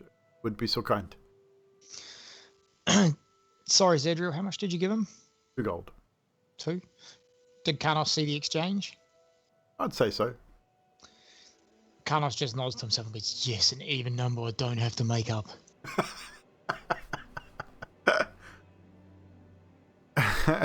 I then hand him 1 gold piece. And you would probably see this too, because I'm assuming Fibber would not hide the fact. If once Fibble does that, Karnos has to hand him another Actually, gold piece. No, it's not 1 gold, 1 silver piece. 1 silver piece. Okay. How does Karnos react to 1 silver piece? What does Fibble do after the silver piece is handed? Does he go leave the room or? No, just stand there and look at Karnos. Karnos hands the priest 1 more silver piece and drops a silver piece on the ground. Ah.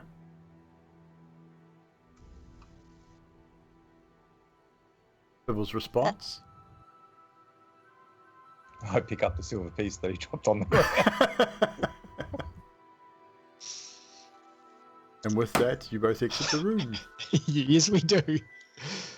Where's Adok? During this time, you had found the burnt cat in the library. The stench is still pretty strong, and even though with the windows open, those cats have been shut in there for quite some time. It is very whiffy. You do, however, spy a live cat sitting on the windowsill across from where you have retrieved the burnt cat from. What does Adok attempt to do?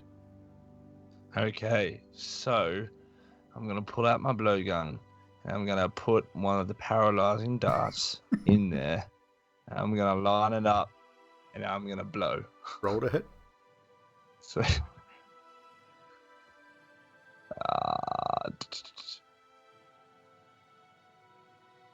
14. That would hit. Definitely hit. And because the cat only has like 1 hit point, 4 hit points or something stupid, the paralyzing dart would take effect almost immediately.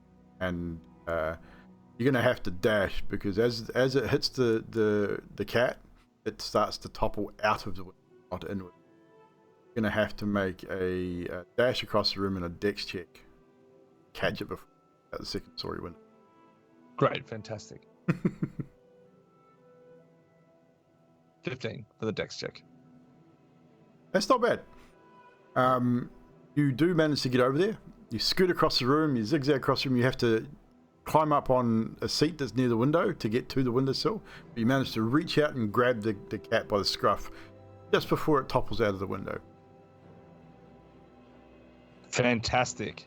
I'm just going to grab it by the scruff and then just merrily start skipping back towards where I knew the party was and went into the house with this paralyzed cat in my hand.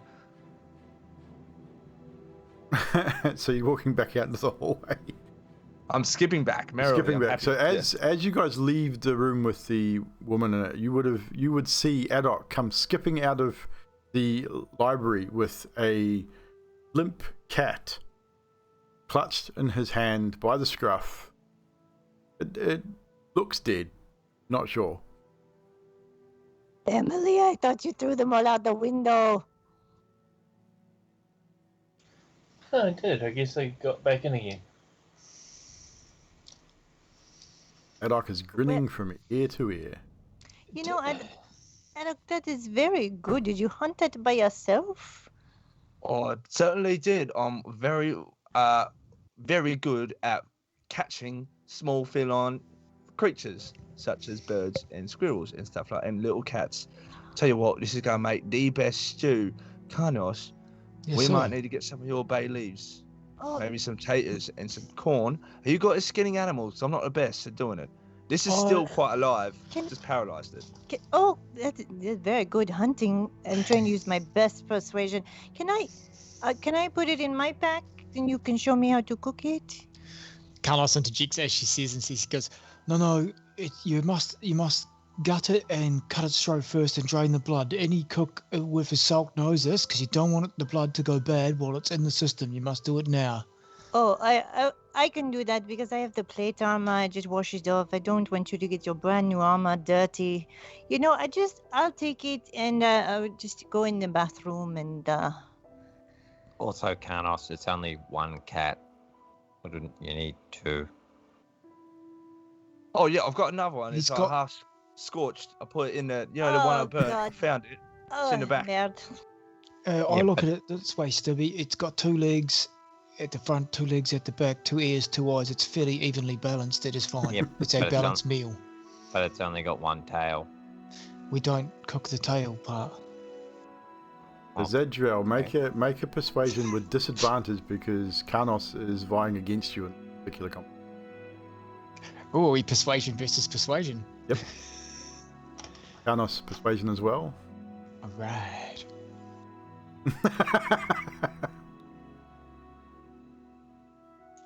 I believe that would have been a failure on Zadriel's part. It is for mine. So, Adok is definitely more swayed towards Karnos's view on this matter.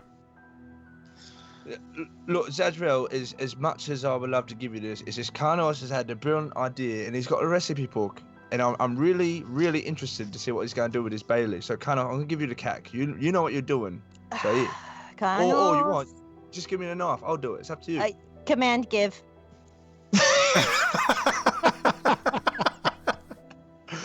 Who you cast on Adok or Karnos? Whoever has the cat, wisdom save. So that would be Adok at this point. Adok still has the cat, so wisdom save Adok, please. What is your spell DC? It's got to be the 16. I believe that is a failure. Yeah, I don't need it. So, you hold your hand out, and Adok, you give over the cat without any hassles at all? I don't know. Miss Adriel, on the way back, I was going to get some herbs and spice. We were going to cook it up and make a beautiful meal. Oh yeah, we could stop by the butcher. Maybe he has some like salt and things like that. Probably. Yeah, but if we don't gut it now, I'll drink go. the blood. I'll go get it. I'll go get it right now. So Okay. Do you need a sharp knife? I have many. Yes. Good. Yes, I do. Carnos, he's got the cross belts, one with Yep. axes and one with knives. He takes 2 knives on the one from each opposite side, Yep. and hands them to Adriel. I was gonna say Azriel. Fucking cats. You're gonna take my. Is it? You give me 2. 2 knives, Yeah, yes. yeah, because it's uneven otherwise. Takes the 2 knives and the dead cat. Oh, not dead. Paralyzed cat, and I'm gonna go into a room they're not in and wait till they're very busy. I'm following Zadriel. I'm going to kick him out of the room and then wait till they're all busy. So which room are you going to go into? You have a few to choose from. You've got Wachter's bedroom, you've got the library, you've got the boys' rooms, 2nd floor, or you can I'll go downstairs to like a kitchen or something. go down to the kitchen. Gathis attempts to follow you. You will have to convince him not to follow. I'll actually go to the room the cats were in the first place, and then I'm gonna At the look library? at Gathis and be like, I need to do this by myself. I'll stand at the door. And then I'm going to shut it and lay on hands the cat so he's cured of his poison and be like, I am bringing you joy. You are free. And then I'm going to toss him out the window. I've got to make a roll for this. Oh Deck shit. save for the cat has been tossed from a 2nd story window. Which he fails with a 12. So the cat will take... He did not land on his feet. He did not. He failed his dex check. The dex check, I mean, I said a DC 13 and I failed with a 12. So I rolled a 6 on the would have fallen probably 20 feet, so that's 2d6. 11 points of bludgeoning damage as it hits the fence at the bottom. There's a bit of a fence around the outside of the house, and unfortunately, I don't know if Zadriel would see it from your angle, but this cat unfortunately did not survive the fall. So It is impaled on the fence Did I below. hear it? Probably Did would have I- heard it hit the fence. Oh, I'm gonna run downstairs to the fence. And Pass. all you guys see is Zadriel, the door of the library flings open. She runs down the hallway, down the stairs, out the front, around the back of the house. Just a question, DM. Should I make a dex check so she came flying out the door and I was No, standing you'll be fine. in She the would have doorway? she would have shoved past you. I mean, be a strength check more than anything. As she's passing Karnos and Adok, Karnos is saying to Adok, yeah, and once I was listening to this bard, he's out the back of Petalwater Bay, and he was singing a song. It was like a one note, and it was like cat killer, cat killer. It was really good, and she hears that as she's running past. And all you see is just a flash of armor taking come notes past you and guys. just Is that? Did she drop the cat? Zadriel, did you drop the cat? Oh, she's dropped the cat. I can start running after you. So it would be no. I mean, if you want to make a strength save or a dex check as she shoots past you, Skathis, that's fine. She probably would have charged into you and through you. So it'd be strength versus strength. And I'm assuming unless Zadriel rolls super low, she's going to win this. She just shoulder charges you. You'll take no damage, but she will shoulder charge you out of the way. You'll get knocked back a few steps. Adok starts chasing Zadriel as she heads out the door. When you get round the side of the house, Zadriel, where the window for the library is, you find a relatively gruesome sight, as this poor cat has been impaled on the picket fence that was below the window. Probably it's still, even though you did lay on hands, probably it's still a little groggy from the paralytic that it had received, because it wasn't a magical agent. It was a more natural agent, so it's probably still a little groggy, which is why it may not have made this save. But yeah, It's probably a fully little dead. bit shocked. Not like... It's definitely dead. Okay. It's got a small the fence is one of those iron fences, and all the little spear tops around the top. And it's definitely fairly well impaled. If it wasn't dead, I would have hit it with a hammer too. It's quite dead. You did hear it sort of yelp as it hit the fence, but unfortunately it has a metal spike now sticking out of its probably through its shoulder and out through its neck. So that's how you're gonna drain the blood.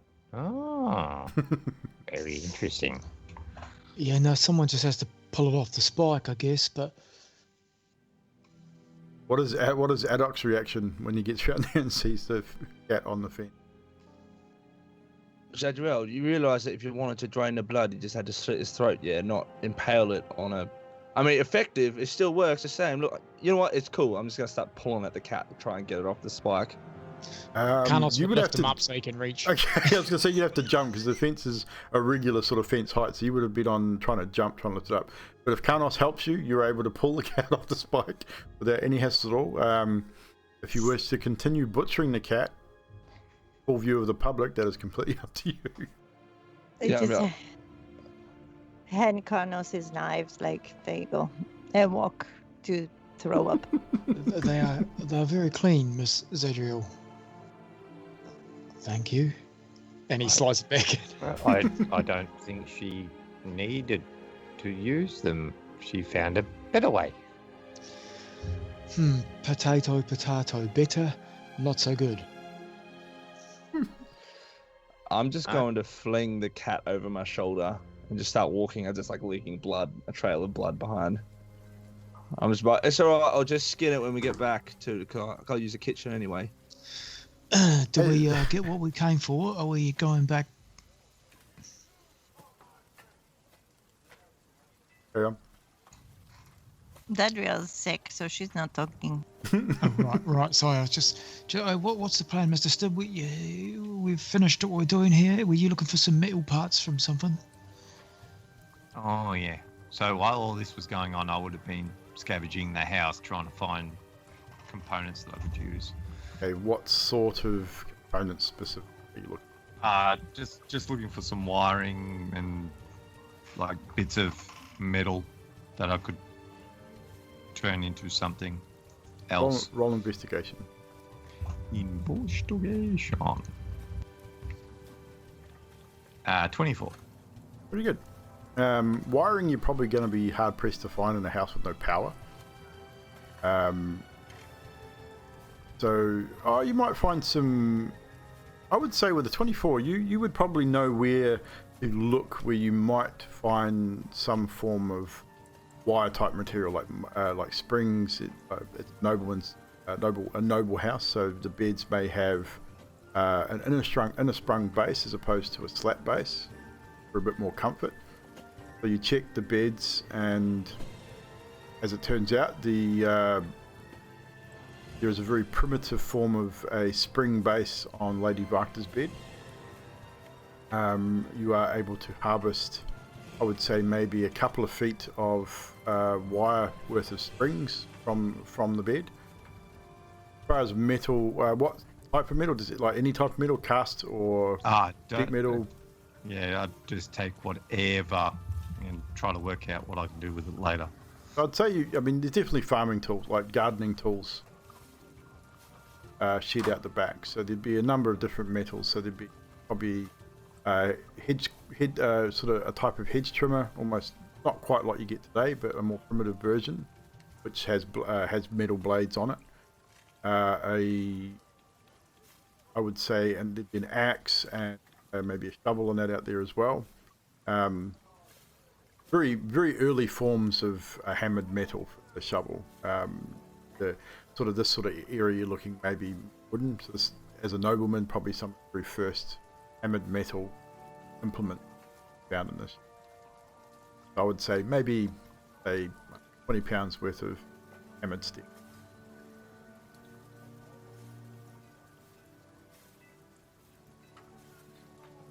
Right, that'll be good. So with that, you were you going now? You're heading back to the inn at this point, or heading back to the Blue Water Inn?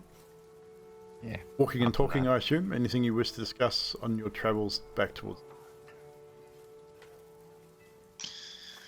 Yeah, can't also be saying, I've actually got a little bit of cat's blood all over me now. I can start to smell a bit. I may have to look at showering or bathing when we get back. But should I cook first? And as we're going, he's going to be looking in like neighbouring gardens for the herbs he needs. Fair enough. On hearing this, Emily is going to use shake water. Anyone covered in blood, the blood will rise up off them, move in the air to Emilia, and then fall on the ground next to Emilia. Assuming that everyone's within a 5-foot square.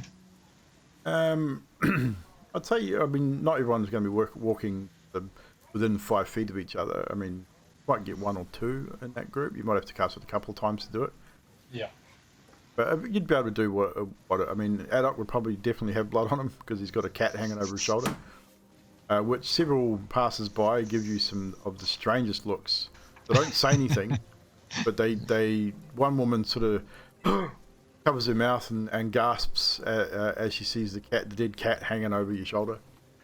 Adok would just be grinning and strutting just like down the road as if he's achieved something huge. You get some pretty horrifying looks from the general populace, especially in this area. This is sort of the higher end area of Vallaki, so probably more sort of noble people that the sight of a dead cat over the shoulder of a strange looking creature such as yourself, as goblins, are definitely not common Barovia at all. So yeah. As we're walking and the blood gets drained off, not hit, Karnos would say to Emilia, Emilia, that's a fancy trick you do with the water and the blood and things like that. You're quite good at keeping the house clean, are you?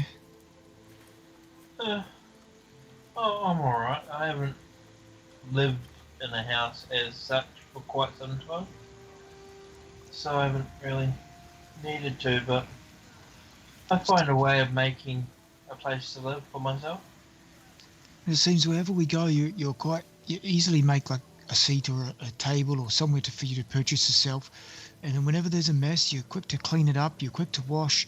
You seem very, like a good housekeeper, a good wife type person for someone one day. And I'm quick to help out people who complain about messes. Like, I'm the direct opposite of what Drax is.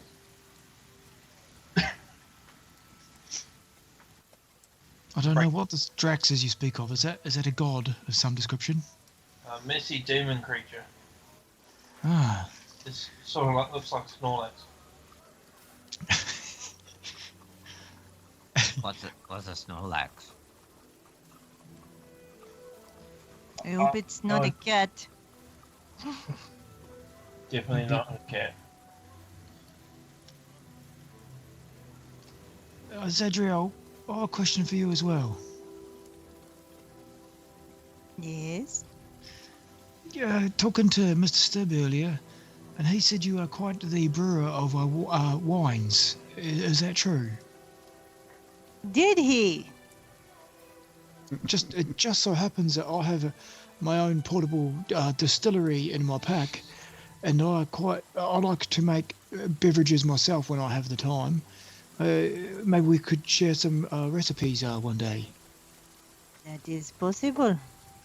Maybe after we do this quest with the bartender, possibly. Yeah. Oh, is that what we're going to head to now? Do we need to take this cat anywhere? Or are we going back to the inn with it? Oh, where are we going to cook this, adult? Well, I was thinking that maybe we could use the kitchen and all that back at the pub. It sounds like a plan. I mean, we got to head there anyway and speak to what's his face with the were ravens and stuff. Clips that up over the head. Carlos is about to do something similar. I think it's Ixnay on the Avon Ray Airwolf type thing, yay. Is that new language? Yeah, It's it a means secret. What's secret? like the 7 herbs and spices I'm picking as we go. When you right. yeah. You've Oh, got yeah. 9 of them. Right. Of course, yeah. 11. Well, again, for the bard stories about Yes. Ah, learning tales, yeah. about the tales from Myth. people that the Vistani that walk in and out. We're gonna meet them. Not real. Yeah. Well, Vistani are real. Well, you know the other thing. Were ravens are real. Are they? There's none here. I don't know. I've never seen one, so let's go. Yeah, I'll keep walking. So, you eventually make it back to the inn. You head inside. Adok, are you walking inside with the cat over your shoulder still?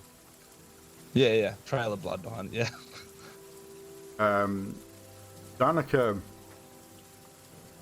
Erwin Martikov's wife, spots you walking in with this cat over your shoulder, and just she's wiping a cup out, and she sees you, fires the towel over her shoulder, so it's sitting on her shoulder, and just around the edge of the bar, and makes a beeline directly for you. She has an extremely stern look on her face.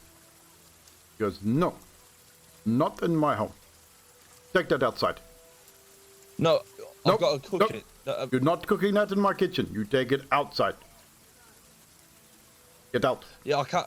Get out. Anyone else help me with this lady at all? If you are with him, you are going to cook this up. You are all get outside. Everybody, get out. It's all right. I can cook it outside, Adok. It's not a problem. I'm not with this group. Nope. No, I don't. Nope. Not me. I'm here for the Owen. You want to talk to Owen? I walk right past. Okay, all right. Well, I'm going to take this cat outside, and when it tastes absolutely beautiful, you, ma'am, are not going to have a single bowl of this cat stew. That is fine. Get out of my place. Not allowed any of it. Get out. You'll be sorry. Up. I'm gonna walk Get out. out. Carlos goes out with him. He was not impressed in the slightest. Erwin eventually does show himself. He comes over to Zadriel and says, is your little friend mad? Yes, very. A little crazy. Like, Yes. why would he bring dead cat in my place? With tried my to- wife. You have no idea. Oh, I have some idea. Yes, I do. I tried to I am save never it. going to hear the end of this, you realize. Yeah. No, I can talk to her, but it might not help. There's no talking to her, believe. It would make matters worse for me. I would calm her down, eventually. Thank you. But please, do not bring dead cat into it. Yeah, I know. Thank you. I mean, Yeah. you are strangers. You have strange ways. I get it. But dead cat, not so good. Yeah. But if you please, follow me. I do not wish to discuss this in public. Following. And he leads you out past the bar. Skaz, is you going with Adriel? Fibble, I'm assuming as well. Emilia, what are you doing? Are you going with them, or are you going to? Did you go outside with Anos and Haddock? Emily will go with them, but when his wife was there, she would use shape water to clean up all the Clean blood. up the blood. I was assuming as much. Like, and she would have been very clear that she was cleaning it up so that his wife didn't have to. Okay. And as you guys, he leads you back behind the bar through the kitchen to a more private area, and you can see she's in the kitchen preparing something for obviously someone for dinner, and she is muttering under her breath. She is not happy. She is angry.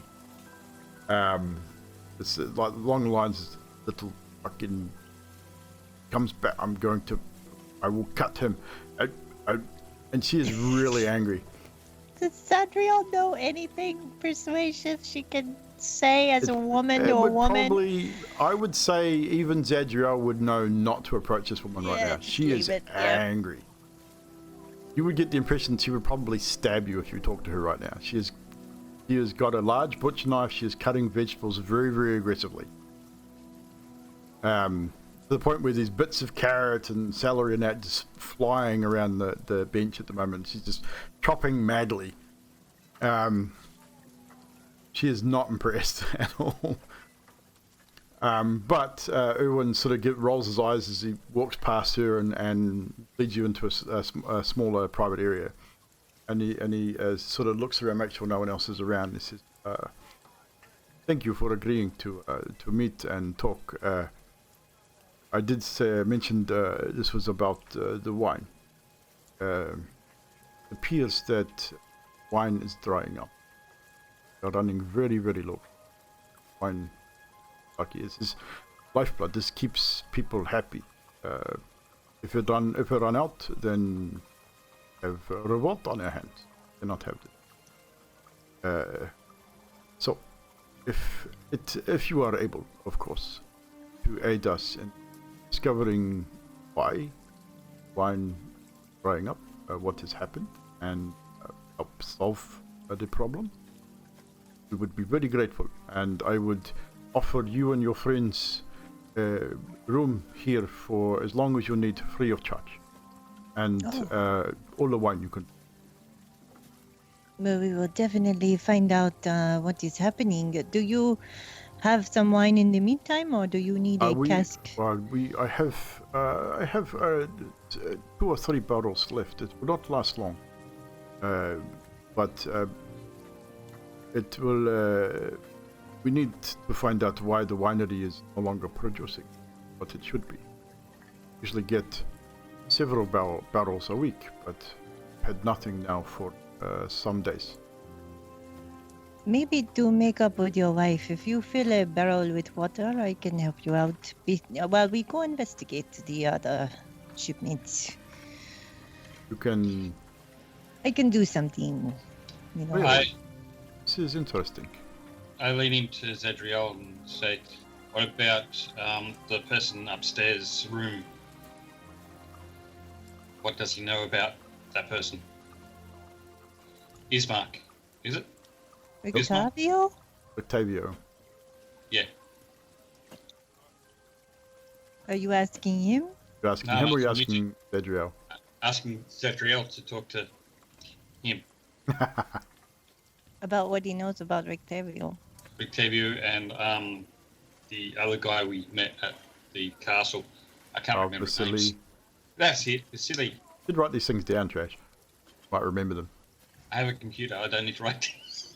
Notepad, man. Yeah. Notepad. I think we know. I repeat what Notepad plus, guys. Make friends with Skater it. says because I'm not sure I think we know about him, what we can. I think you have Yes, asked about Octavio with Irwin before, and he was reluctant to say anything about him because he's a paying customer. And he rented the room for a long period of time and paid in advance. I just figured because we've got a bit of a standing with each other now, maybe a little bit more forthcoming. He just reiterates that he will not discuss Octavio. He's a good man. He pays well. If you wish to talk to him when he returns, then so be it. But I will not discuss it further. Vasily, is it? Vasily, he is nobleman. He has been an frequent customer of the inn for a long time. He pays well, drinks well. Again, this be problem if we run out of wine. Do you know where he lives? Where all nobles live, north of town, I would imagine. I do not frequent home.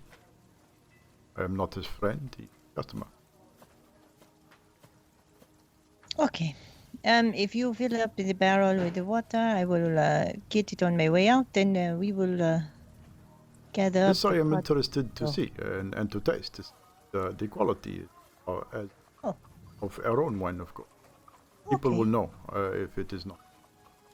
So he, it's a smaller barrel, not a huge barrel, because he wants to be able to carry it. So it's probably only going to hold maybe 5 or 6 liters, which would be that's a lot of wine still. So he fills it up and brings it out to the back of the kitchen area, places it down, and over to you. I pretend to do this big prayer ritual, and then I just touch the barrel, making it look like it's very difficult. But then I. And he watches quite closely, and he's watching the water, and he watches as the water instantly turns to the dark crimson red of the red wine, and he then grabs a small tasting cup off a shelf above and dips it in there and tastes it. Not bad. Not quite as good as the wine from the winery, but I think it will. Thank you very much. I appreciate it. Maybe that will help you ease things with your wife a little bit. Probably not so much. We'll be like this for a few days. All right. Just tell your little friend, probably good idea to stay clear of Danica for a couple of days. Might kill him. Okay. Fair enough. All right. Then I nod and I walk out the room. As we're walking out, I lean into Zadriel. You know, we don't have to tell Adok not to. We don't have to tell Adok. we Also, could tell too, him. just as a point of reference, something I didn't mention, he would have marked on your map where the winery is, or where to go to. Skaters, we could tell Adok he needs to smooth things over with her negation. I like that idea. No, I'm supposed to spread joy. But it would give her joy. I'm very confused. I have to pray. I need to go pray while Skaters, I don't know if he's going to go out there or not. So, where is everyone heading at this point? Zadriel is heading, I'm assuming, to the room to pray to her DM, her deity, guidance. Skatus, what are you doing? I'll go up and just meditate as a monk. So you follow Zadriel like a bad smell, and go to the room and sit in the corner and meditate, as you are wont to do. Emilia, what are you doing at this point? Oh, I have no clue. You're going outside with Adok and Karnos, or you're heading upstairs with the others? I'll go see what they're doing outside. Okay, so you head out to Adok and Karnos. Philsib, what are you doing at this point?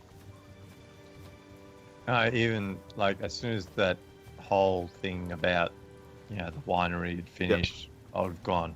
Oh, okay, gone upstairs, dumped everything out of my pack, and started going through and rummaging it and trying to work out, do I have enough materials to actually start doing what I want to do? Cool.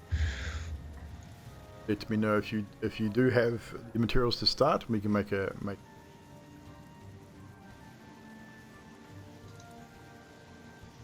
Not yet. Still got a couple more things I need.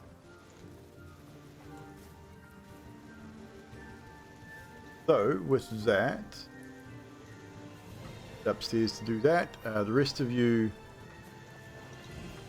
are outside with Adok and Karnos. So we'll switch over to Adok and Karnos before Emilia heads out there. So Adok and Karnos, you've been shooed out of the inn by a very irate Danica, who seemed very, very unhappy about the dead cat being brought into her establishment. What are you guys up to? Alright, Adok. Sorry, you go ahead. No, you lead the charge. I was just going to say, I think we should wash the cat in the well.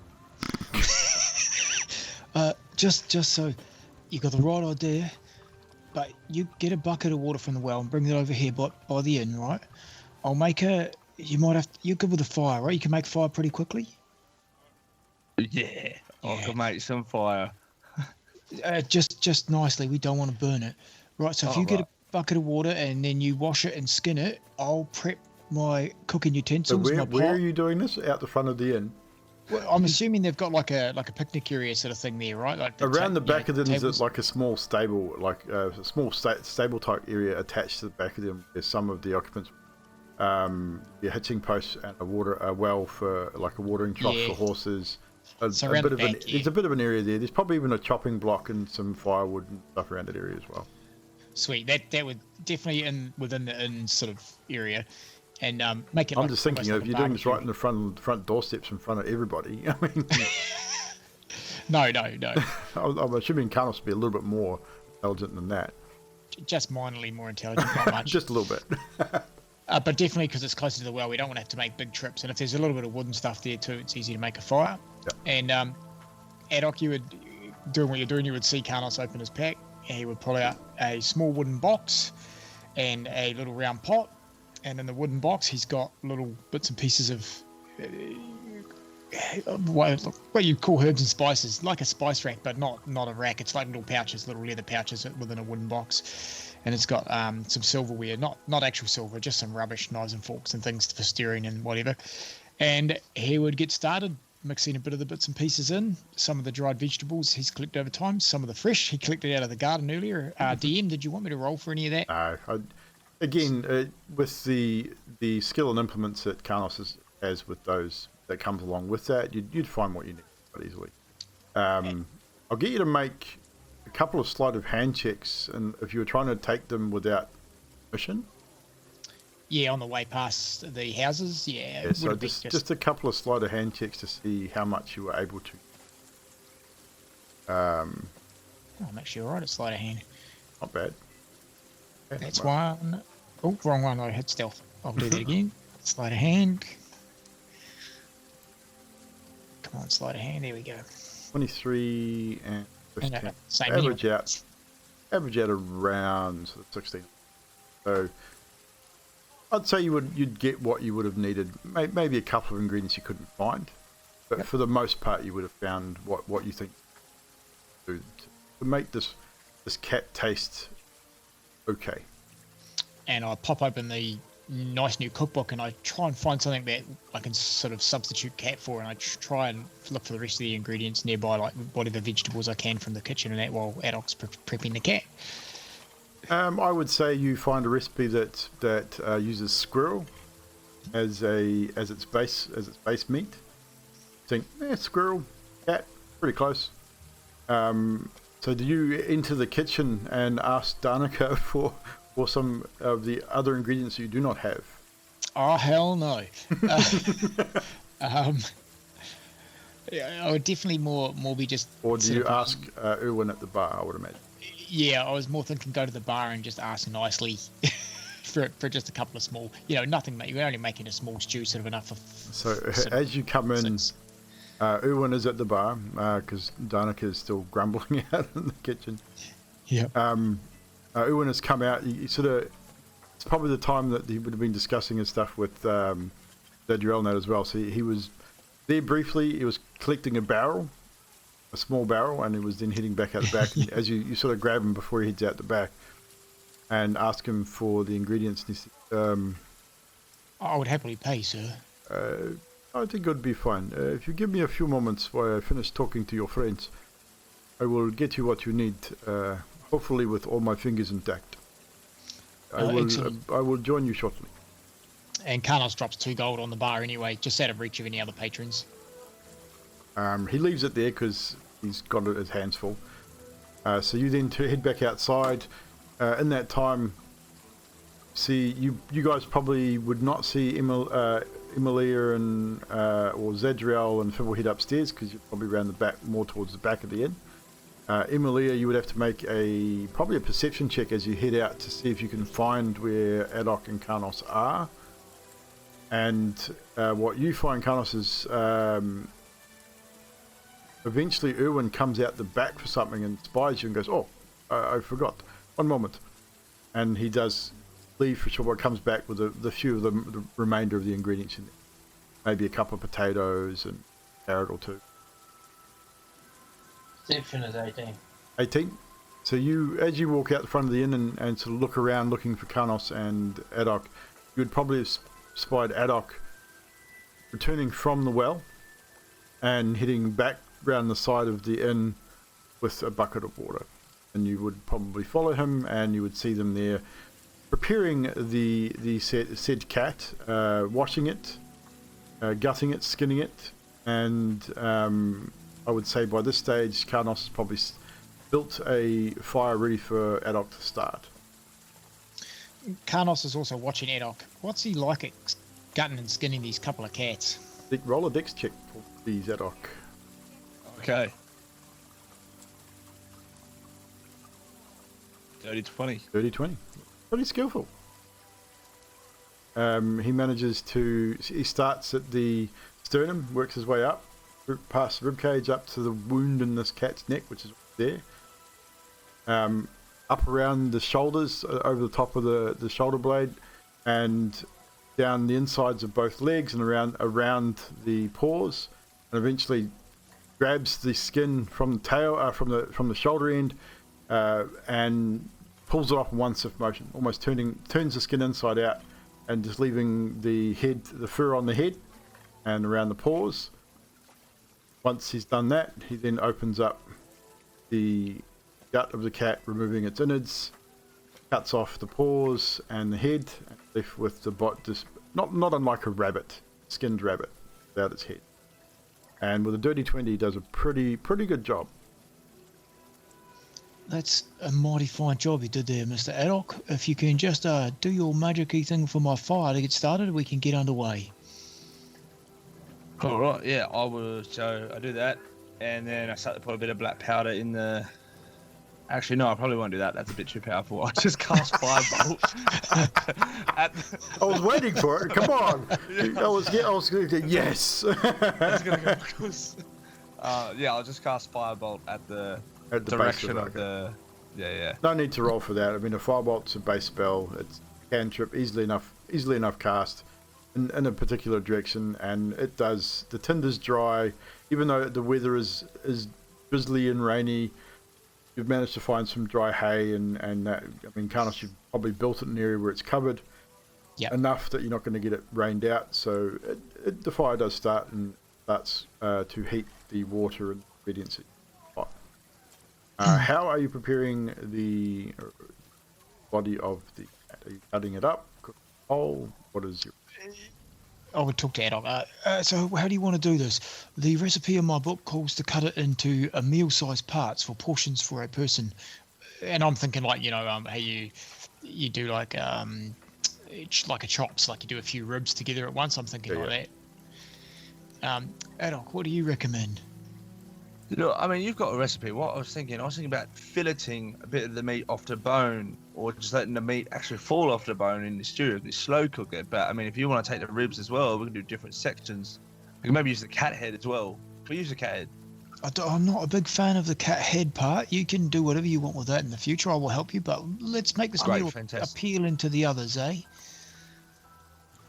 All right, fair enough. Yeah, I understand. I do like the idea of cooking it in a nice way that the meat just comes off the bone. That's always a lovely way to go. So we'll work like that. And so Carlos sort of starts preparing it that way. And so you section it up into portions so that, like, you take the legs off, probably split the rib cage, several different portions so you can fit it all in the pot. Trying to get 6 reasonable portions out of it. And you know you're going to need to probably boil it and simmer it for probably a couple of hours. 2 or 3 hours to get it to the point where the meat will be tender enough to fall off the bone. Yeah, here's a dice roll for you. Yeah. It's not bad. Oh, I was going to say, if it's possible, I was going to do a little bit of booyah magic whilst we were cooking. That's a little bit of a prayer whilst we were doing. Sweet. So as we're cooking, I'm just going to say, I'm going to look at Carlos and go, you know what? I've always been a little bit lucky. I don't know what it is with fates or magics or spirits or the wilds or whatever it is. There's a little chant that we like to say. And all it is, and here, take my hand. Hold on to it. Okay, all right. You feel this. You feel what we're doing with the fire and the cat. It's very primal. Us goblins, we're primal people. You're primal as well, right? So now what we've got to say together is we just say this, repeat after me. Gildrath. Gildrath. No, You know what? It's fine. That'll do. And I cast guidance by saying Gildrath. Gildrath. Yeah, your language is very guttural and rolly. It's a bit hard on my tongue. Yeah, but how does it make you feel? Like inside, it gives you a bit of you feel more in touch with nature, yeah? So you get a D4 on your roll, I believe? Yeah. It's basically blend. Okay, so I add a D4 to that last roll then? Yep. Let's have a look here. Booyakasha. Yeah. With a mighty 1 making it a 16. Still a good enough roll, though, for what you're attempting to do. And you're able to section up the cat in reasonable sized portions. You put it into the pot, which is now starting to boil. And you keep the fire. You try and keep the fire at a reasonable sort of level. Keep a relatively consistent temperature within the pot. And you keep it at a rolling boil for... And just in the last pieces we're cooking here, after he's done his little prayer thing, I'll go, look, Mr. Addock, I appreciate your little prayer thing. You did that and sharing your goblin heritage with me. But I must admit, I'm somewhat of a non-believer when it comes to things like that. You know, heritage and godly things and weird stuff like that. It's kind of out of my understanding. Really? Yeah. You strike me as someone who may have seen a thing or two. A bit of you always got a story for something. You're telling me you've never really experienced something that's a bit out of your understanding, like spiritually. Not entirely, no. You're a very interesting man. You know that. Yeah, no, not really. I like to think I am a hero, someone who people could look up to or ask for help at any time. Not so much interesting. Well, similar to what Fibblesib does. I mean, obviously, we practice the same arts, but I'm in a different way. So you see, it's my firm belief that everything in this universe contains energy. You contain energy. This fire contains energy. The grass, your limp, like whatever it is, all has energy. And if you know the right amount of energy and the right amount of, I guess, draw a little bit from here, take some from the fire, take some from the luck, from the herbs. You see what we're doing? We're gathering energy. We're putting it together to create something else. That's what I believe in. It's alchemy. It's spiritual. So that's what I'm doing with the prayer. I'm drawing energy from somewhere else and I'm putting it into what we're doing. But it's simple science, really. What happens when you say your prayer and the God that you believe in, which in my mind probably doesn't exist, does nothing? Do you have an explanation for that? Not enough energy. That's probably what it is. Not enough energy, or the chemical mixture was wrong. It's finite, really. I mean, it's anything can happen. There's a law by some bloke. It states that if anything could go wrong, it probably will. I'm not sure what his name is. I can't remember it, but yeah, that seems like a wise man saying that. That's something I can understand that. That's what I'm here for. I'm here to try and stop the things that are wrong. Right. Yeah. I mean, same as well, and all that stuff. So, what do you reckon? Do you reckon our friends are going to like this? And Carlos takes a little spoon out of his little kit and he tries a little bit of the stew. What is it like? How are we going to do this? Make a constitution.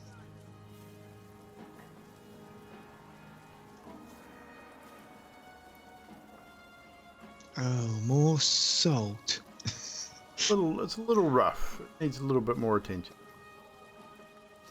Might need some time. Adok, you can try a bit if you like. And I do. Happily. Yeah. Make a con save as well.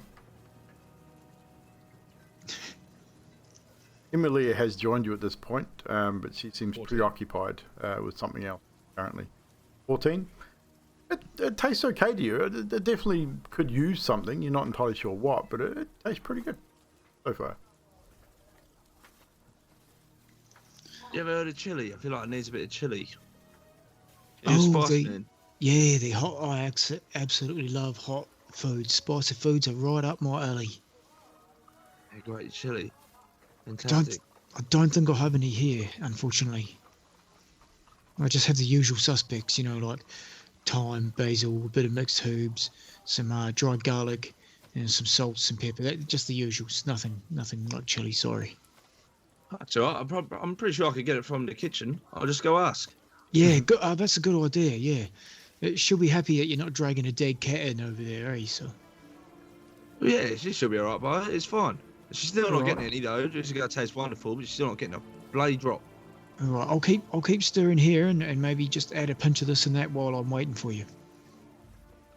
Yeah, and we'll walk over to the. I assume there's like a back door to the kitchen around there. I guess. There is a sort of back door there. You don't know if it leads to the kitchen, but there is a back door. Great. I walk up to it and try and open it. It does appear to be locked from the inside.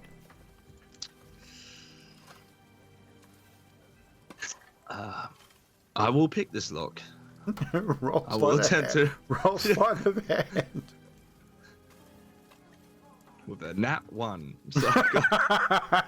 So you must be preoccupied with the cat. I mean, you're a bit off today, and yeah, unfortunately, you're unable to pick the lock, and as it so happens, you hear the audible tink as you break your lockpick. Oh, shit, that's... Alright, I guess I'll try and go around the front then, and yeah, walk around the other side. And kind of you see Adok come back, probably muttering to himself a little bit as he walks back past you, heading towards the front door. I don't say anything, I just sort of look over at Emilia, who's lost in her own thoughts. She's sitting there, just completely lost in her own thoughts. And so Adok, you head for the front door. You head into the inn. Erwin looks like he's brought a plate of food out to some guests, and he looks at you and just starts shaking his head, like, "No, don't come in here right now. Not a good idea." He just looks at you and just starts going. And I'll just start like signal him over then. Comes over to you and says, "You are either very brave or extremely stupid." Look, when I'm on a mission, it's just I've kind of got like a one-track sort of. I just got to complete it. I can't think about anything else, sort of thing. Anyway, have you got You chili? won't be thinking of anything at all if my wife gets hold of you. Why? He will cut you up into little pieces and probably serve you to these folk. He is not really happy with. I am not very happy with you. I have to put up with her. I'll tell you what. If you bring her over, I can probably sort it out for you. You can sort out her own stuff. It's not really good for you. No, I mean, like, we can probably be friends at the end of it. Anyway, I was just gonna make it quick. I don't mean to be a hassle, and I don't want to get killed. Have you got some chili? What is this chili you speak? How do I put it? Have you got a spice that maybe is in extreme temperature in the mouth when you digest it? Yes. Sure, we have something such. It's a powder, not a plant. It's several spices we have here that we mix together. Gives hot flavor in mouth.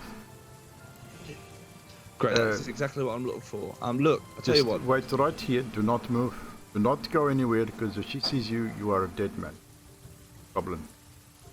All right back. No problem. So he heads back out there, and once he gets to the kitchen, you hear Danica yelling at him from inside the kitchen, telling him to get the hell out of the kitchen. He better not be in this fucking inn, or I'm coming out there. And she's trying to calm her down. Eventually comes back and he comes back and it's like, whew, this is going to be a tough one. Here, take this and get out, please. Just go. Do not let her see you, please. I promise you, you will regret it. Just give her a couple of days. All right, okay, but before I do, just give this to her for me, will you? And I give him 2 gold pieces. I'll give it to her later. She's very angry right now. Not good for me, right? All right, well, no, I'm done, and I'm going to turn around and walk out to Karnos. And you do indeed return to Karnos with your spicy powder. And do you sniff it or taste it before you add it? See what it is, or what taste it has, or like that, or you just trust what you've been given? Look, it would probably be like the most wisest thing to do, to taste what you're putting in there first. But again, I needed chili stuff. I needed hot stuff. I've got hot stuff. I'm just going to put it in the pot. How much? You're given a reasonable sized pouch. Probably 2 or 3 tablespoons in the pouch. I'll probably halve it. As he's reaching into one of his pouches, Karnos will be stirring the pot, looking at him, and he'd put his hand up and go, "Oh, I don't know if you realise this, but I am currently cooking. To add the flavours would be my job." Right, yeah, it's probably a good idea. Here you go, hot stuff. Do you know what it is? Got no idea. It's a powder. Karnos, being a cook, is going to just take a little pinch and sniff it, and then put a bit on his tongue, just a tad. So you sniff it, and it smells spicy. It smells hot. It has a very similar smell to a hot chili. Like if you got a chili powder or a paprika, it's got a little bit of a smoky sort of scent to it as well. Okay. Put a little bit on the end of your tongue. It is hot, like super hot. It almost like numbs the end of your tongue hot. It's just super hot. Karnos picks up a pinch and sprinkles like a pinch in and stirs it through, and then does like a retaste test, and it will just keep doing pinch by pinch until it's just right. And then he says to Adolf, "Is it all right if I hold on to this in my kit?" Yeah, have it. I paid him 2 gold for it because I thought you might appreciate the fact that it's even. Very good. Would you like the 2 gold back? I can pay you now. Nah, you know what? I feel like, we're becoming somewhat friendly-ish. It's fine. The money in my packet belongs to the group, so whenever you need something, just let me know. Emilia, would you like to try the spice before I pop it away? No, thank you. I don't need any of that, thank you. And with that, I add how much spice I think is right. I tie it off and I put all my little ingredients back So into as my you pack. add a little bit at a time and taste as you add, and when you think that you've got the right amount of spice, it's spicy, but it's not too hot, not overpowering. It definitely adds to the flavour rather than takes away from it. And over the course of the next hour or two, you keep tasting until you think you've got it just right. We're going to switch over to Skathis, Ilstib, and Zadriel for a moment before we finish off the cooking process. So Zadriel, you've headed up to confer with your DM, and Skathis, you are meditating as your monk weighs 8. Fibblesib is going through his pack, probably quite noisily, I'd imagine. Just taking everything out of his pack, he's going through it, counting things, deciding what he needs, and if he's got enough of everything to do what he wants to do. Probably muttering to himself.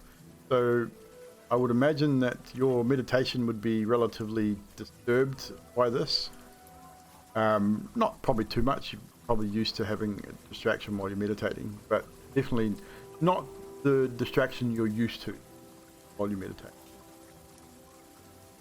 So Zadriel, was there anything specific you wanted to do with your... She is just going over in her head and thinking with him about how some joy brings pain to others, and the balance of it, and maybe she should just be a better role model. And then she gets a piece of paper and she makes 2 lists for 2 people, and that's what she's doing. And I mean, you get the impression that he's good, which has been kind of interesting in the time in Barovia, because the few times you have conferred or tried to reach your deity had less than stellar results, apart from that one time. So you find it still a little disconcerting being here in Barovia, because it feels off to you. The whole place just doesn't feel right. But eventually you complete your lists, find whatever piece you can with prayers. Skathis, anything you are generally doing, just apart from the straight out meditation, just relaxing as much as you can? Fibblesib, anything else that you were doing in particular once you realised you didn't really have the components to start whatever? Yeah, I'd start writing like a list of what else I need. Anything else? Fuck with Skathis and Well, no.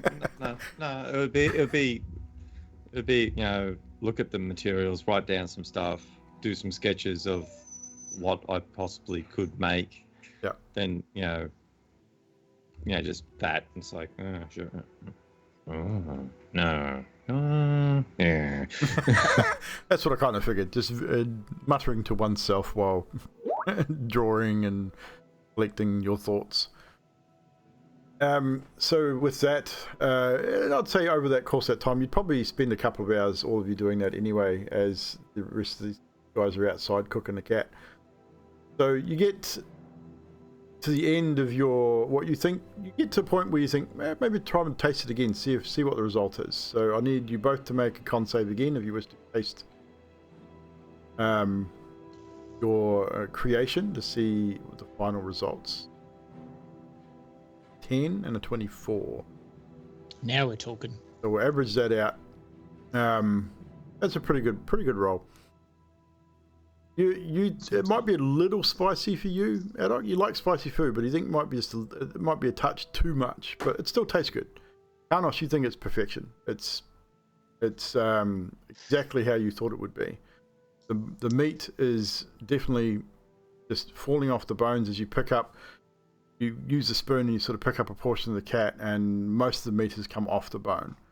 You could probably even fish the bones out and leave you just the stew with a relatively thick sort of gravy type sauce, with the fats cooked off the meat, starch from potatoes and the carrots, sort of thickened the water, the broth somewhat.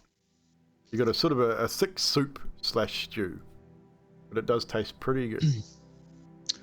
I'll tell you what, Mr. Addock, this is absolutely beautiful. This is one of the best stews. I will recommend cat stew to anyone who asks. It reminds me of a recipe I learned from a cookbook given to me by a friend back in Waterdeep. It was called Xanathar's Guide to How to Eat Anything. It was really good.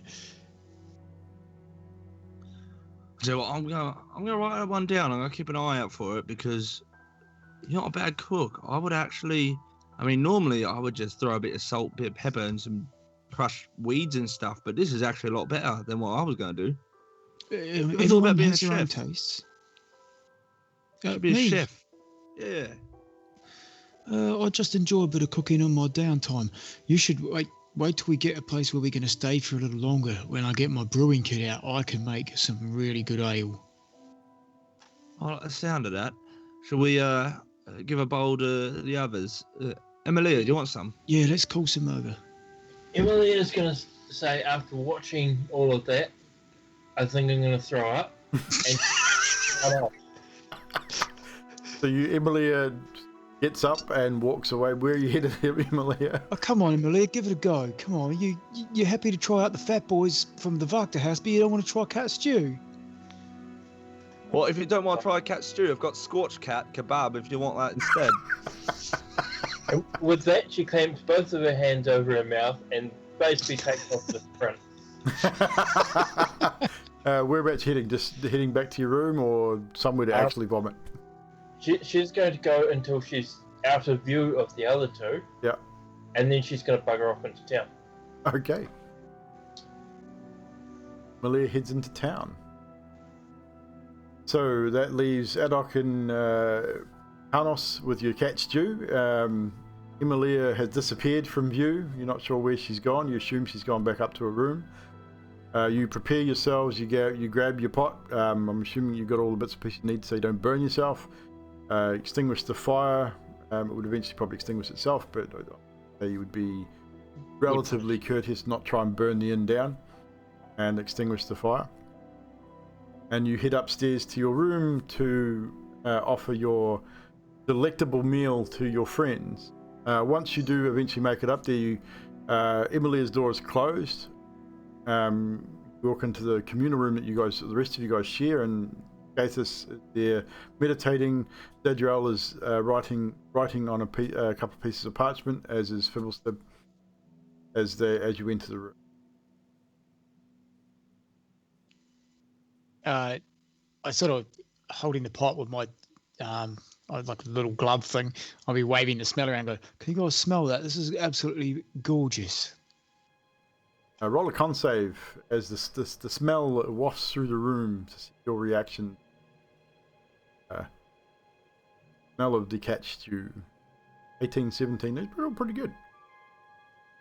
Yeah, they're all over 10. So I would say, who rolled the 12? So Fibble, you're not. It smells okay. You're not overly convinced that it would taste any good, based on what you know it's in it, but it smells all right. Zadriel and Skathis, it smells pretty good. Not dissimilar to other stews you've both eaten before. Zadriel, you know what's in it, and you really don't want to try it, but it smells I can tell by her face. Really good. Both of you are quite surprised with the smell that is just wafting through the room right now. Skathis is keeping his calm and just meditating. I'm going to get a bit of the ladle from the soup, and I'm going to walk up your to mouth Skathis. is probably watering at the smell. Yeah, I'm going to get a ladle, and I'm going to walk up to Skathis and just start to slowly be like, come on, I know you want some, come on.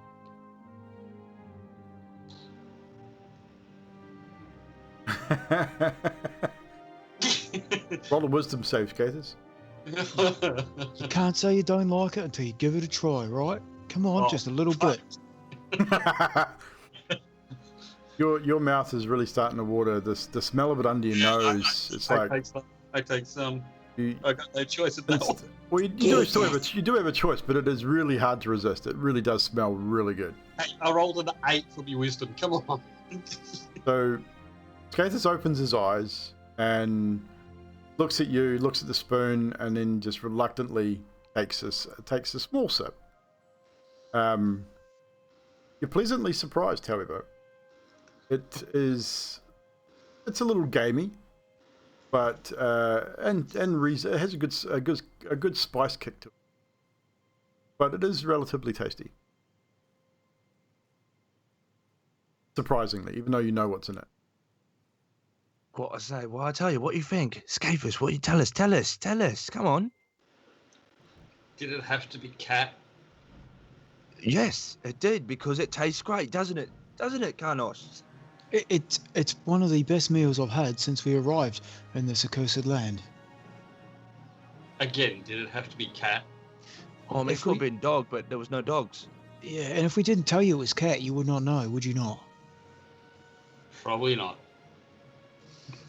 Come on, Zadriel, give it a little try. Does Skathis ask for a bowl of said stew after tasting it?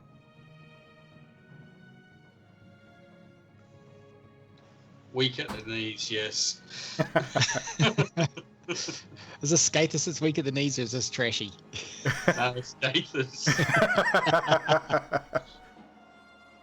Zadriel, the smell of this stew, as you have not, it is getting close to an evening meal, you have not eaten since breakfast because you guys have not stopped for lunch.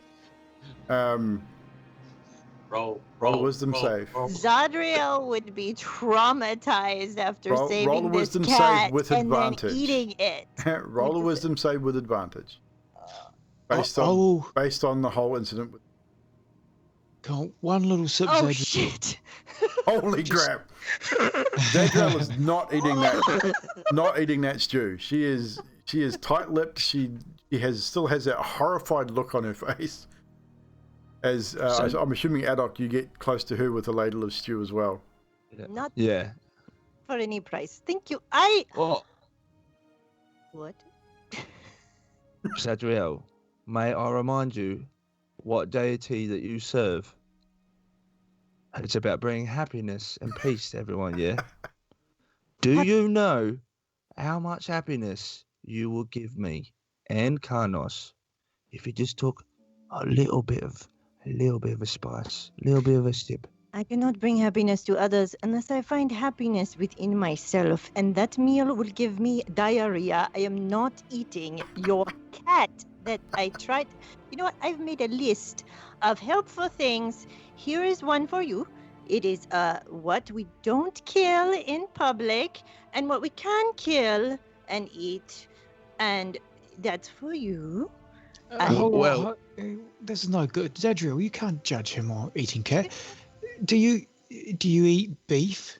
We have to be in a social situation to serve the Baron, and we cannot get a lot of leeway going if we are dripping cat blood down the street, in the noble part of town. I'm just saying. I don't know if you know what year this is, but eating cat and dog is quite all right. Not in Barovia, I don't think. Oh, well, I mean, like, they make kids into pies, so, I mean, come on. Adok makes a point. Here's a little list for you, Carnos. There's one for alcoholism and one for OCD. Take your pick. I made two. And Skathis, here's some opening words for chatting with people, and I've made some pickup lines for Emilia. And she's not here, but there is nowhere to be seen. Did you make one for yourself? Yes. Can that what's include on that? not killing people or things in general? You're very judgy. Bit judgy. Judging us for eating a cat when you quite happily smash people to pieces. I got yelled at by the owner of the inn for dripping cat blood through. I have to deal with that. That was a little insensitive, but we cleaned it up. Or Emilia did. She's good at cleaning. I'm saying I wouldn't have dripped cat blood everywhere if you didn't happen to impale it on a stake on a fence. I was going to skin it when we got back. That's why I paralysed it in the first place. I just wasted a paralysing dart, didn't I? You had to go and throw it out a window. Adolf makes a valid point, Zadriel. Zadriel is thinking about not punching people because she wants to bring joy to herself, but does not want to hurt others. So she's got this face like... Mr. Stub, I know you've looked a bit sort of like you I'm didn't so want to try tempted and to eat. make you make another wisdom save to not punch someone. Do you want to give it a go, Mr. Stub? Just, it does smell and taste very good. I pull out a little bit of bread, dip it in it, taste it. Had better. It wasn't At bad, least- but yeah. At least you not, gave it a go. it's definitely not your thing, Fibble, but it was alright. Just serviceable. And then I hand Adolk a stone and Karnos a stone, and it says, Fibblestiff is going out of his mind. Please come back later. And it's in Fibble's voice too. Oh, so it actually talks to us. Yes, it does. Yeah. Okay, Mr. Stub. Is there something you need? You look restless. Can I collect something for you? Are you missing? Because all your parts are still out in front of you, right? Yeah, it's all All laid in out the corner. Alphabetical order, probably color coded and very. Karnos would probably relate. Yeah, Carlos is impressed. Alphabetical order, color coded. He can relate all right. Is there anything I can get you, mate? I need more pile of metal, iron, a little bit more zinc, copper. Okay. I'm good with. Ooh, lead. A little bit of lead. Okay, so copper, lead, zinc, Steel, steel. iron. All right. I can get into that. What's the time of day, DM? It's starting heading around dinner time, but it's getting towards the end. It might be tomorrow morning. I'll shoot into town for you and grab some of that metal for you, eh? Yeah, we also have to go past that lake and get the crystal. Yeah, we might do that the same. Yeah. So with that, we'll just briefly It's all right switch with you, over to Zachary. Emilia before we wrap up tonight. As Emilia had headed into town by herself, unbeknownst to her companions. Emilia, what do you do? Emily is going to head towards the church. Yes. She is going to actively look around, see if she sees Vasily in her travels. Roll a perception.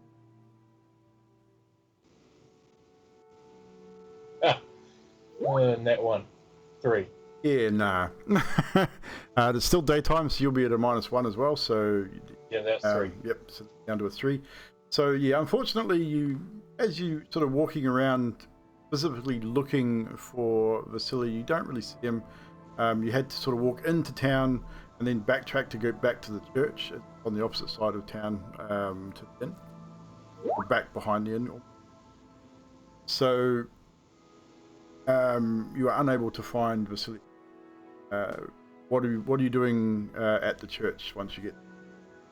She's going to go talk to Irina. I talk to Irina again. Yep. As you enter the church, Father Lucian is there. You can see he's working with some kids and some other people, and he gives you a nod as yes. Can I help you, Emilia? Anything you wish of me? Or are you here to see Irina again? I was hoping to see Irina again. Of course, she is upstairs. Go up the spiral staircase and third door on the left. Excellent, thank you. And she goes up. And you make your way up there and you knock on her door. She answers. Yes. Oh, Emilia. Welcome. Please come in. Thank you. She's going to sort of have a bit of girl talk at the start. Yep. And then she's going to say, so the other day we went and met Strahd. I see. And how did it go for you?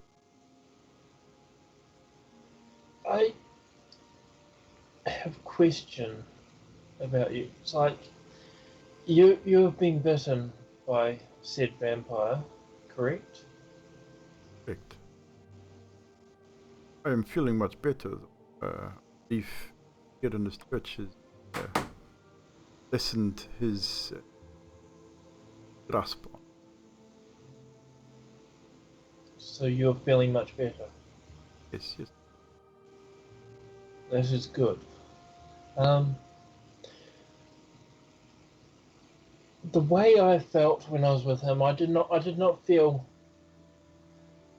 any different. But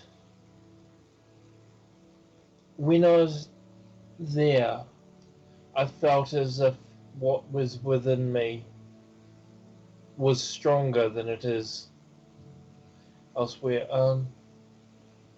It didn't feel bad as such. I didn't feel like a bad thing at all. And I don't understand that. I honestly do not know what to tell you. I mean, I know of legend, stories of Strahd, and there is a power that comes with fiction that he offers. Some people say that he is able to fly, to change into wolf and bat, command people at will. In life, he was powerful wizard, made spells. So I'm not sure what to tell you. Just promise you won't say anything to anyone about this. Of course. But I looked at a person who is technically my friend and desired to eat him. Like, not in a sexual way, literally eat him. You mean to kill him? Consume his life essence? Like, to eat his body, drink his blood, not in a vampiric way, but drink it and eat him. Most unnerving, but not unusual. I remember when first night I too felt drawn blood and drawn to smell of blood, raw meat. Very powerful. Still feel it even now, but being here has helped away from him. But I've always feared him. If you are not afraid, not sure what to tell you.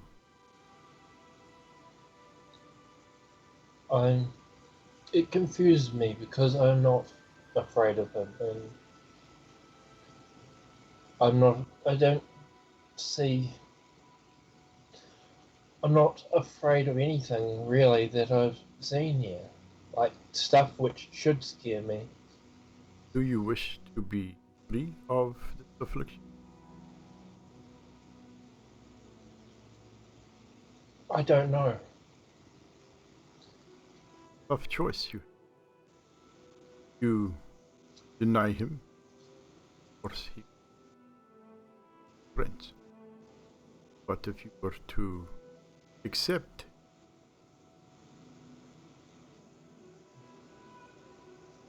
would kill them yourself.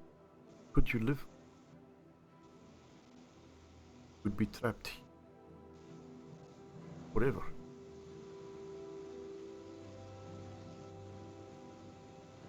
That is something else. I don't believe I would be trapped here. God himself trapped here. Or as my affliction did not come from this land, I believe that I can move back there. It's good if you believe you can leave this place. Save yourself, friends. Walk through the forest, through the mist, and you're home. Free, be free of this. She looks basically up, straight in the eyes, and smiles at her, and says, "There is nothing for me back there." seems a little confused, but accepting at the same time. And with that, she says, well, need to talk again. Back. But I not stray from your friends alone. Emilia says, there's one other thing.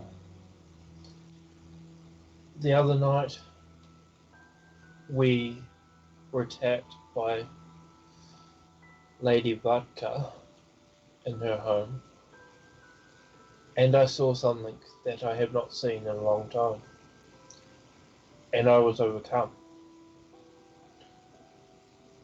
I saw, you could say, a vision of my mother's death, and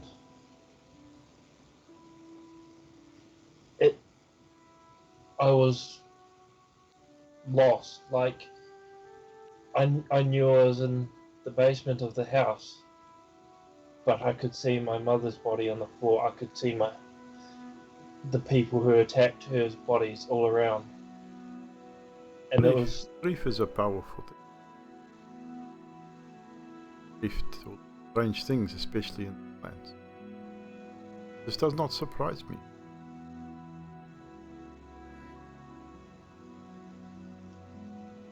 This is... I rushed to her like I did when I was young and held her and I cried. And that is the first time I have cried in years. I'm not afraid, but I am confused. I do not know what to tell you in this matter. I've been afraid for a long time of Strahd, of this wanting to leave, not being able to. But you and your friends seem capable. Mark has told me of the deeds you have done already. Maybe in time, be strong enough to remove Strahd from power. Be us all. We could all go home. Better life. I hope so.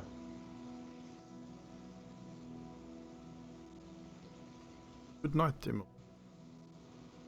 Please. I hope good night. I hope that I will be able to visit again. Do I? With that, she leads you to the door and again bids you farewell and good evening. And that is where we'll call our show, guys. Thanks for sticking around for the extra few minutes. Guys in the chat, thank you for hanging out with us. It's been a lot of fun this evening, a lot of cool role play on everybody's part. As usual, we will just quickly go around our players. We know we've got Baz is probably going to get going. So we just work's not important. D&D is life. So he's going to be there tomorrow, whether he shows up or not. So. pretty much. So with that, guys, we'll start with Emilia tonight.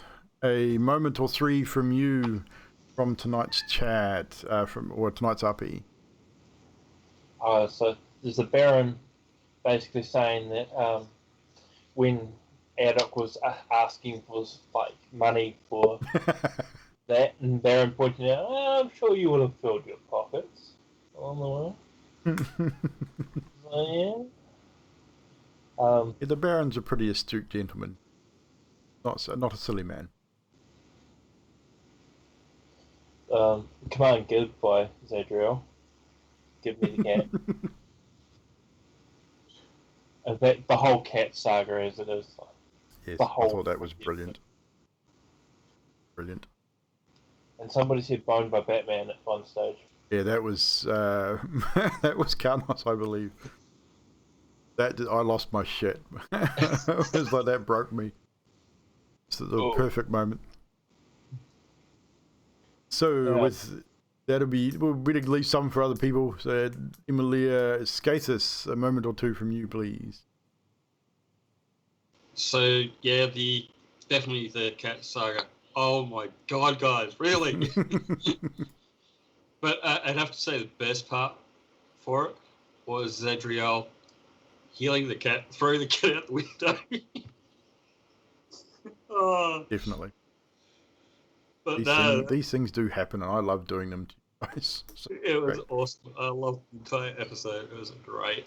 The look on Auntie's face when that happened was priceless. Trying to show love. Adok, moment or two from you, please. I was gonna say, yeah, the whole throwing the cat out the window thing really got me as well. But I did also like the we're trying not to get Emily to sleep with the Batman like that. That almost, yeah, I had to mute myself, so I would have lost my shit at that moment as well. That was funny. Yeah. I think a lot of people just about lost it at that one. Yeah. The timing of it was brilliant. Yeah. It was good. Doriel. I like Fibble's little one-line responses to everything with horribly dry sarcasm in the multipass. And everyone's going to talk about the cat. So I also like Skates trying to bar the door, which didn't really work out so well. No, not for him anyway. And Fibblestib. I liked how Yanti used the command word give, but she could have said command word stay to the cat girl. Yes. But never did. She just used pure strength instead. Could have. Whether it would have worked or not, who knows? I'm sitting there going, could have given it a shot before you tied her down first. Oh, no problem. These things happen. As soon as I give Karnos the stone, he starts going, oh, I can get you some more stuff. I need this. Pretty much. It's going to be fun. And Garnos.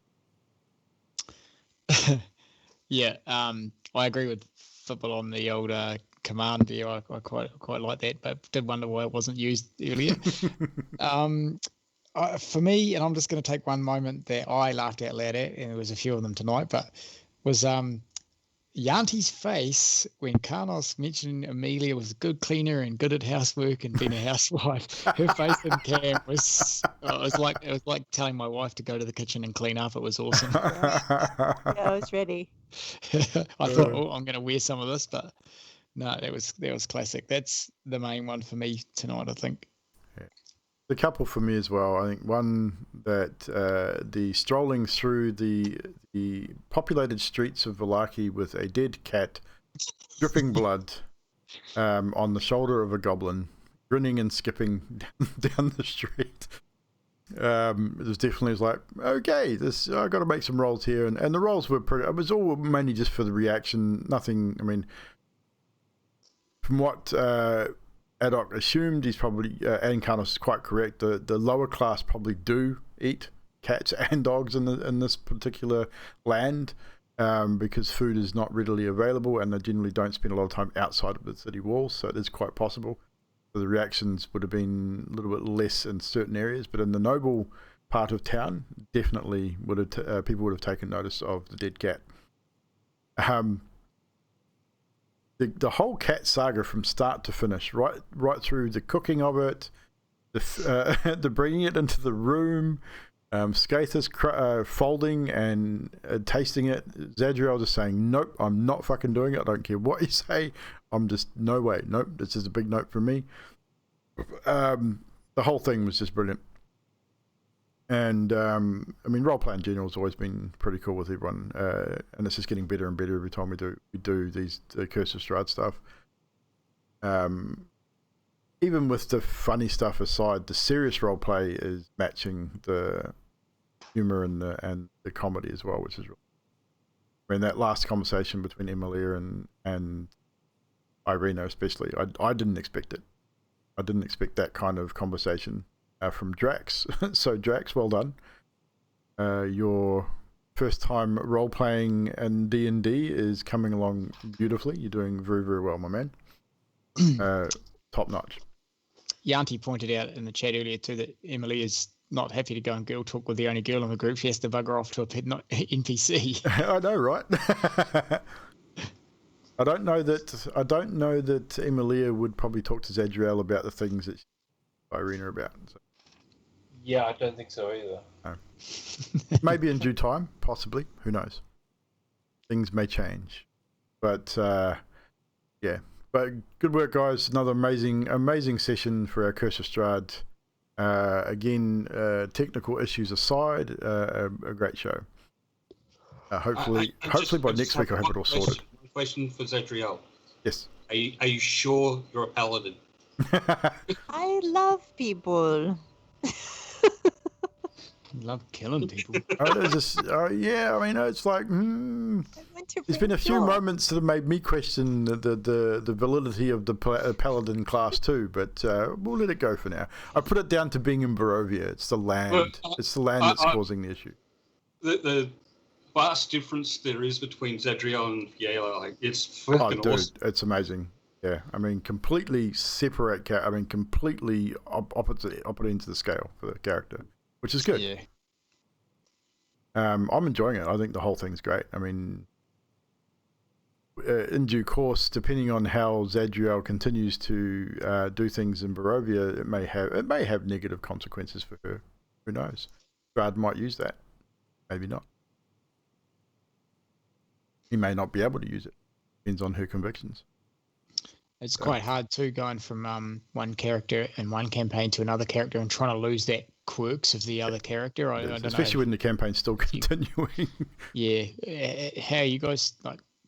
Skathis maybe not so much too different, but a little bit here and there. I mean, Skathis definitely, I think, is character-wise maybe not too dissimilar to Alessandros, but at the same time it's kind of hard to explain. But Fibble and Sadiq are two different pieces. Oh hell yeah! Fibble, I love Fibble. Fibble's a great character. Yeah. Oh, they're both good characters, but they're just like saying Zadriel and Fiala are opposites. So is Fibble and Sadiq for sure. They're quite different. They're all worlds apart. I mean, even Karnos and Het are worlds apart, really. The grand scheme. I drop Het lines every now and then, though. It's hard not to. But I think that's more you than Het. I think it's just Baz. I mean, that's your brain is wired that way a little bit too. So trying to turn it off because it's not really meant to be Karnos. But oh, the Batman thing was really, after I said it, I was like, oh, that was more of a Het thing. Damn it. Still worked though, and it got me. I mean, it was like wow. Yeah, Grim also says in the chat, definitely top effort from Emilia Drax. Great RP for fun. I mean, the whole thing's been amazing. See new players come into the D&D world and actually do so well is a credit to the people that you're playing with. The fact that you're comfortable enough to do the RP that you're doing and not feel too silly about it. So you're obviously comfortable enough with all of us to be able to do it and not worry about it. And we've seen that with Yanti as well in the homebrew campaign. So, which this Sunday will be the final episode with the epilogue and histories. So hopefully you guys sort of prepared. I mean, some of it I've written, the rest of it I'm going to improv. So it'll be, it should be a full show, hopefully, give or take.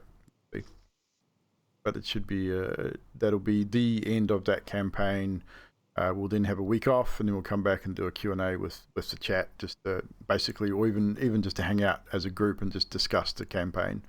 If you've got any questions as players about the campaign, or we'll just generally shoot the shit about it. Think back on moments that stand out for you guys across the campaign. If you need to go back and view a few VODs and maybe refresh your memory on some of the things that have happened throughout the campaign, it's all up on the YouTube. Feel free to do so. Basically shoot the shit for a couple of hours about the campaign, take some questions from the chat if they've got any, and go from there. And then we'll take probably a couple of weeks off the Sunday campaign before we're ready for session 0 for the multi-shot, which we're just about there. I think most things are ready to go. I was waiting for So they get him to say Lulu multi-shot. Multipass. Multi-shot. Multi-shot. All right, guys, that We is do us. multi-shot. We should probably raid someone, I guess. Oh fuck! I should probably go to bed. Yes, you probably should. Go work tomorrow. Yeah, go to bed. You too, Drax. That's what she Yes, said. yeah, Drax has got to get up. Who are we going to raid? Raid. Right. See you guys later, eh? Later, buddy. Catch you on Saturday. Catch you Saturday. See you, Baz. Night, people. Who's gone? You off as well, Drax? Holy crap balls. Yep, Drax is off as well. Bye, Drax. Night, Drax. Magic on. Magic's not. All the D&D people have gone early. Yeah. Oh, no, Sheriff Dan's on. Sheriff Dan on? Yep. He's got 17 people. Sheriff Dan. I can't not say 17. it that way. Sheriff Dan. You got legs. Where is she? There he is too. Sheriff Dan. Great Sheriff Dan.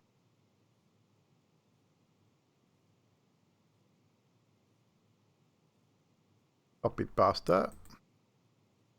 Alright.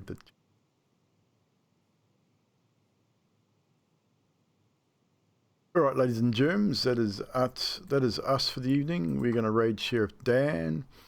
We will see you again on Sunday for some more D&D. I might be doing some games maybe tomorrow night, I don't know yet. But stay tuned.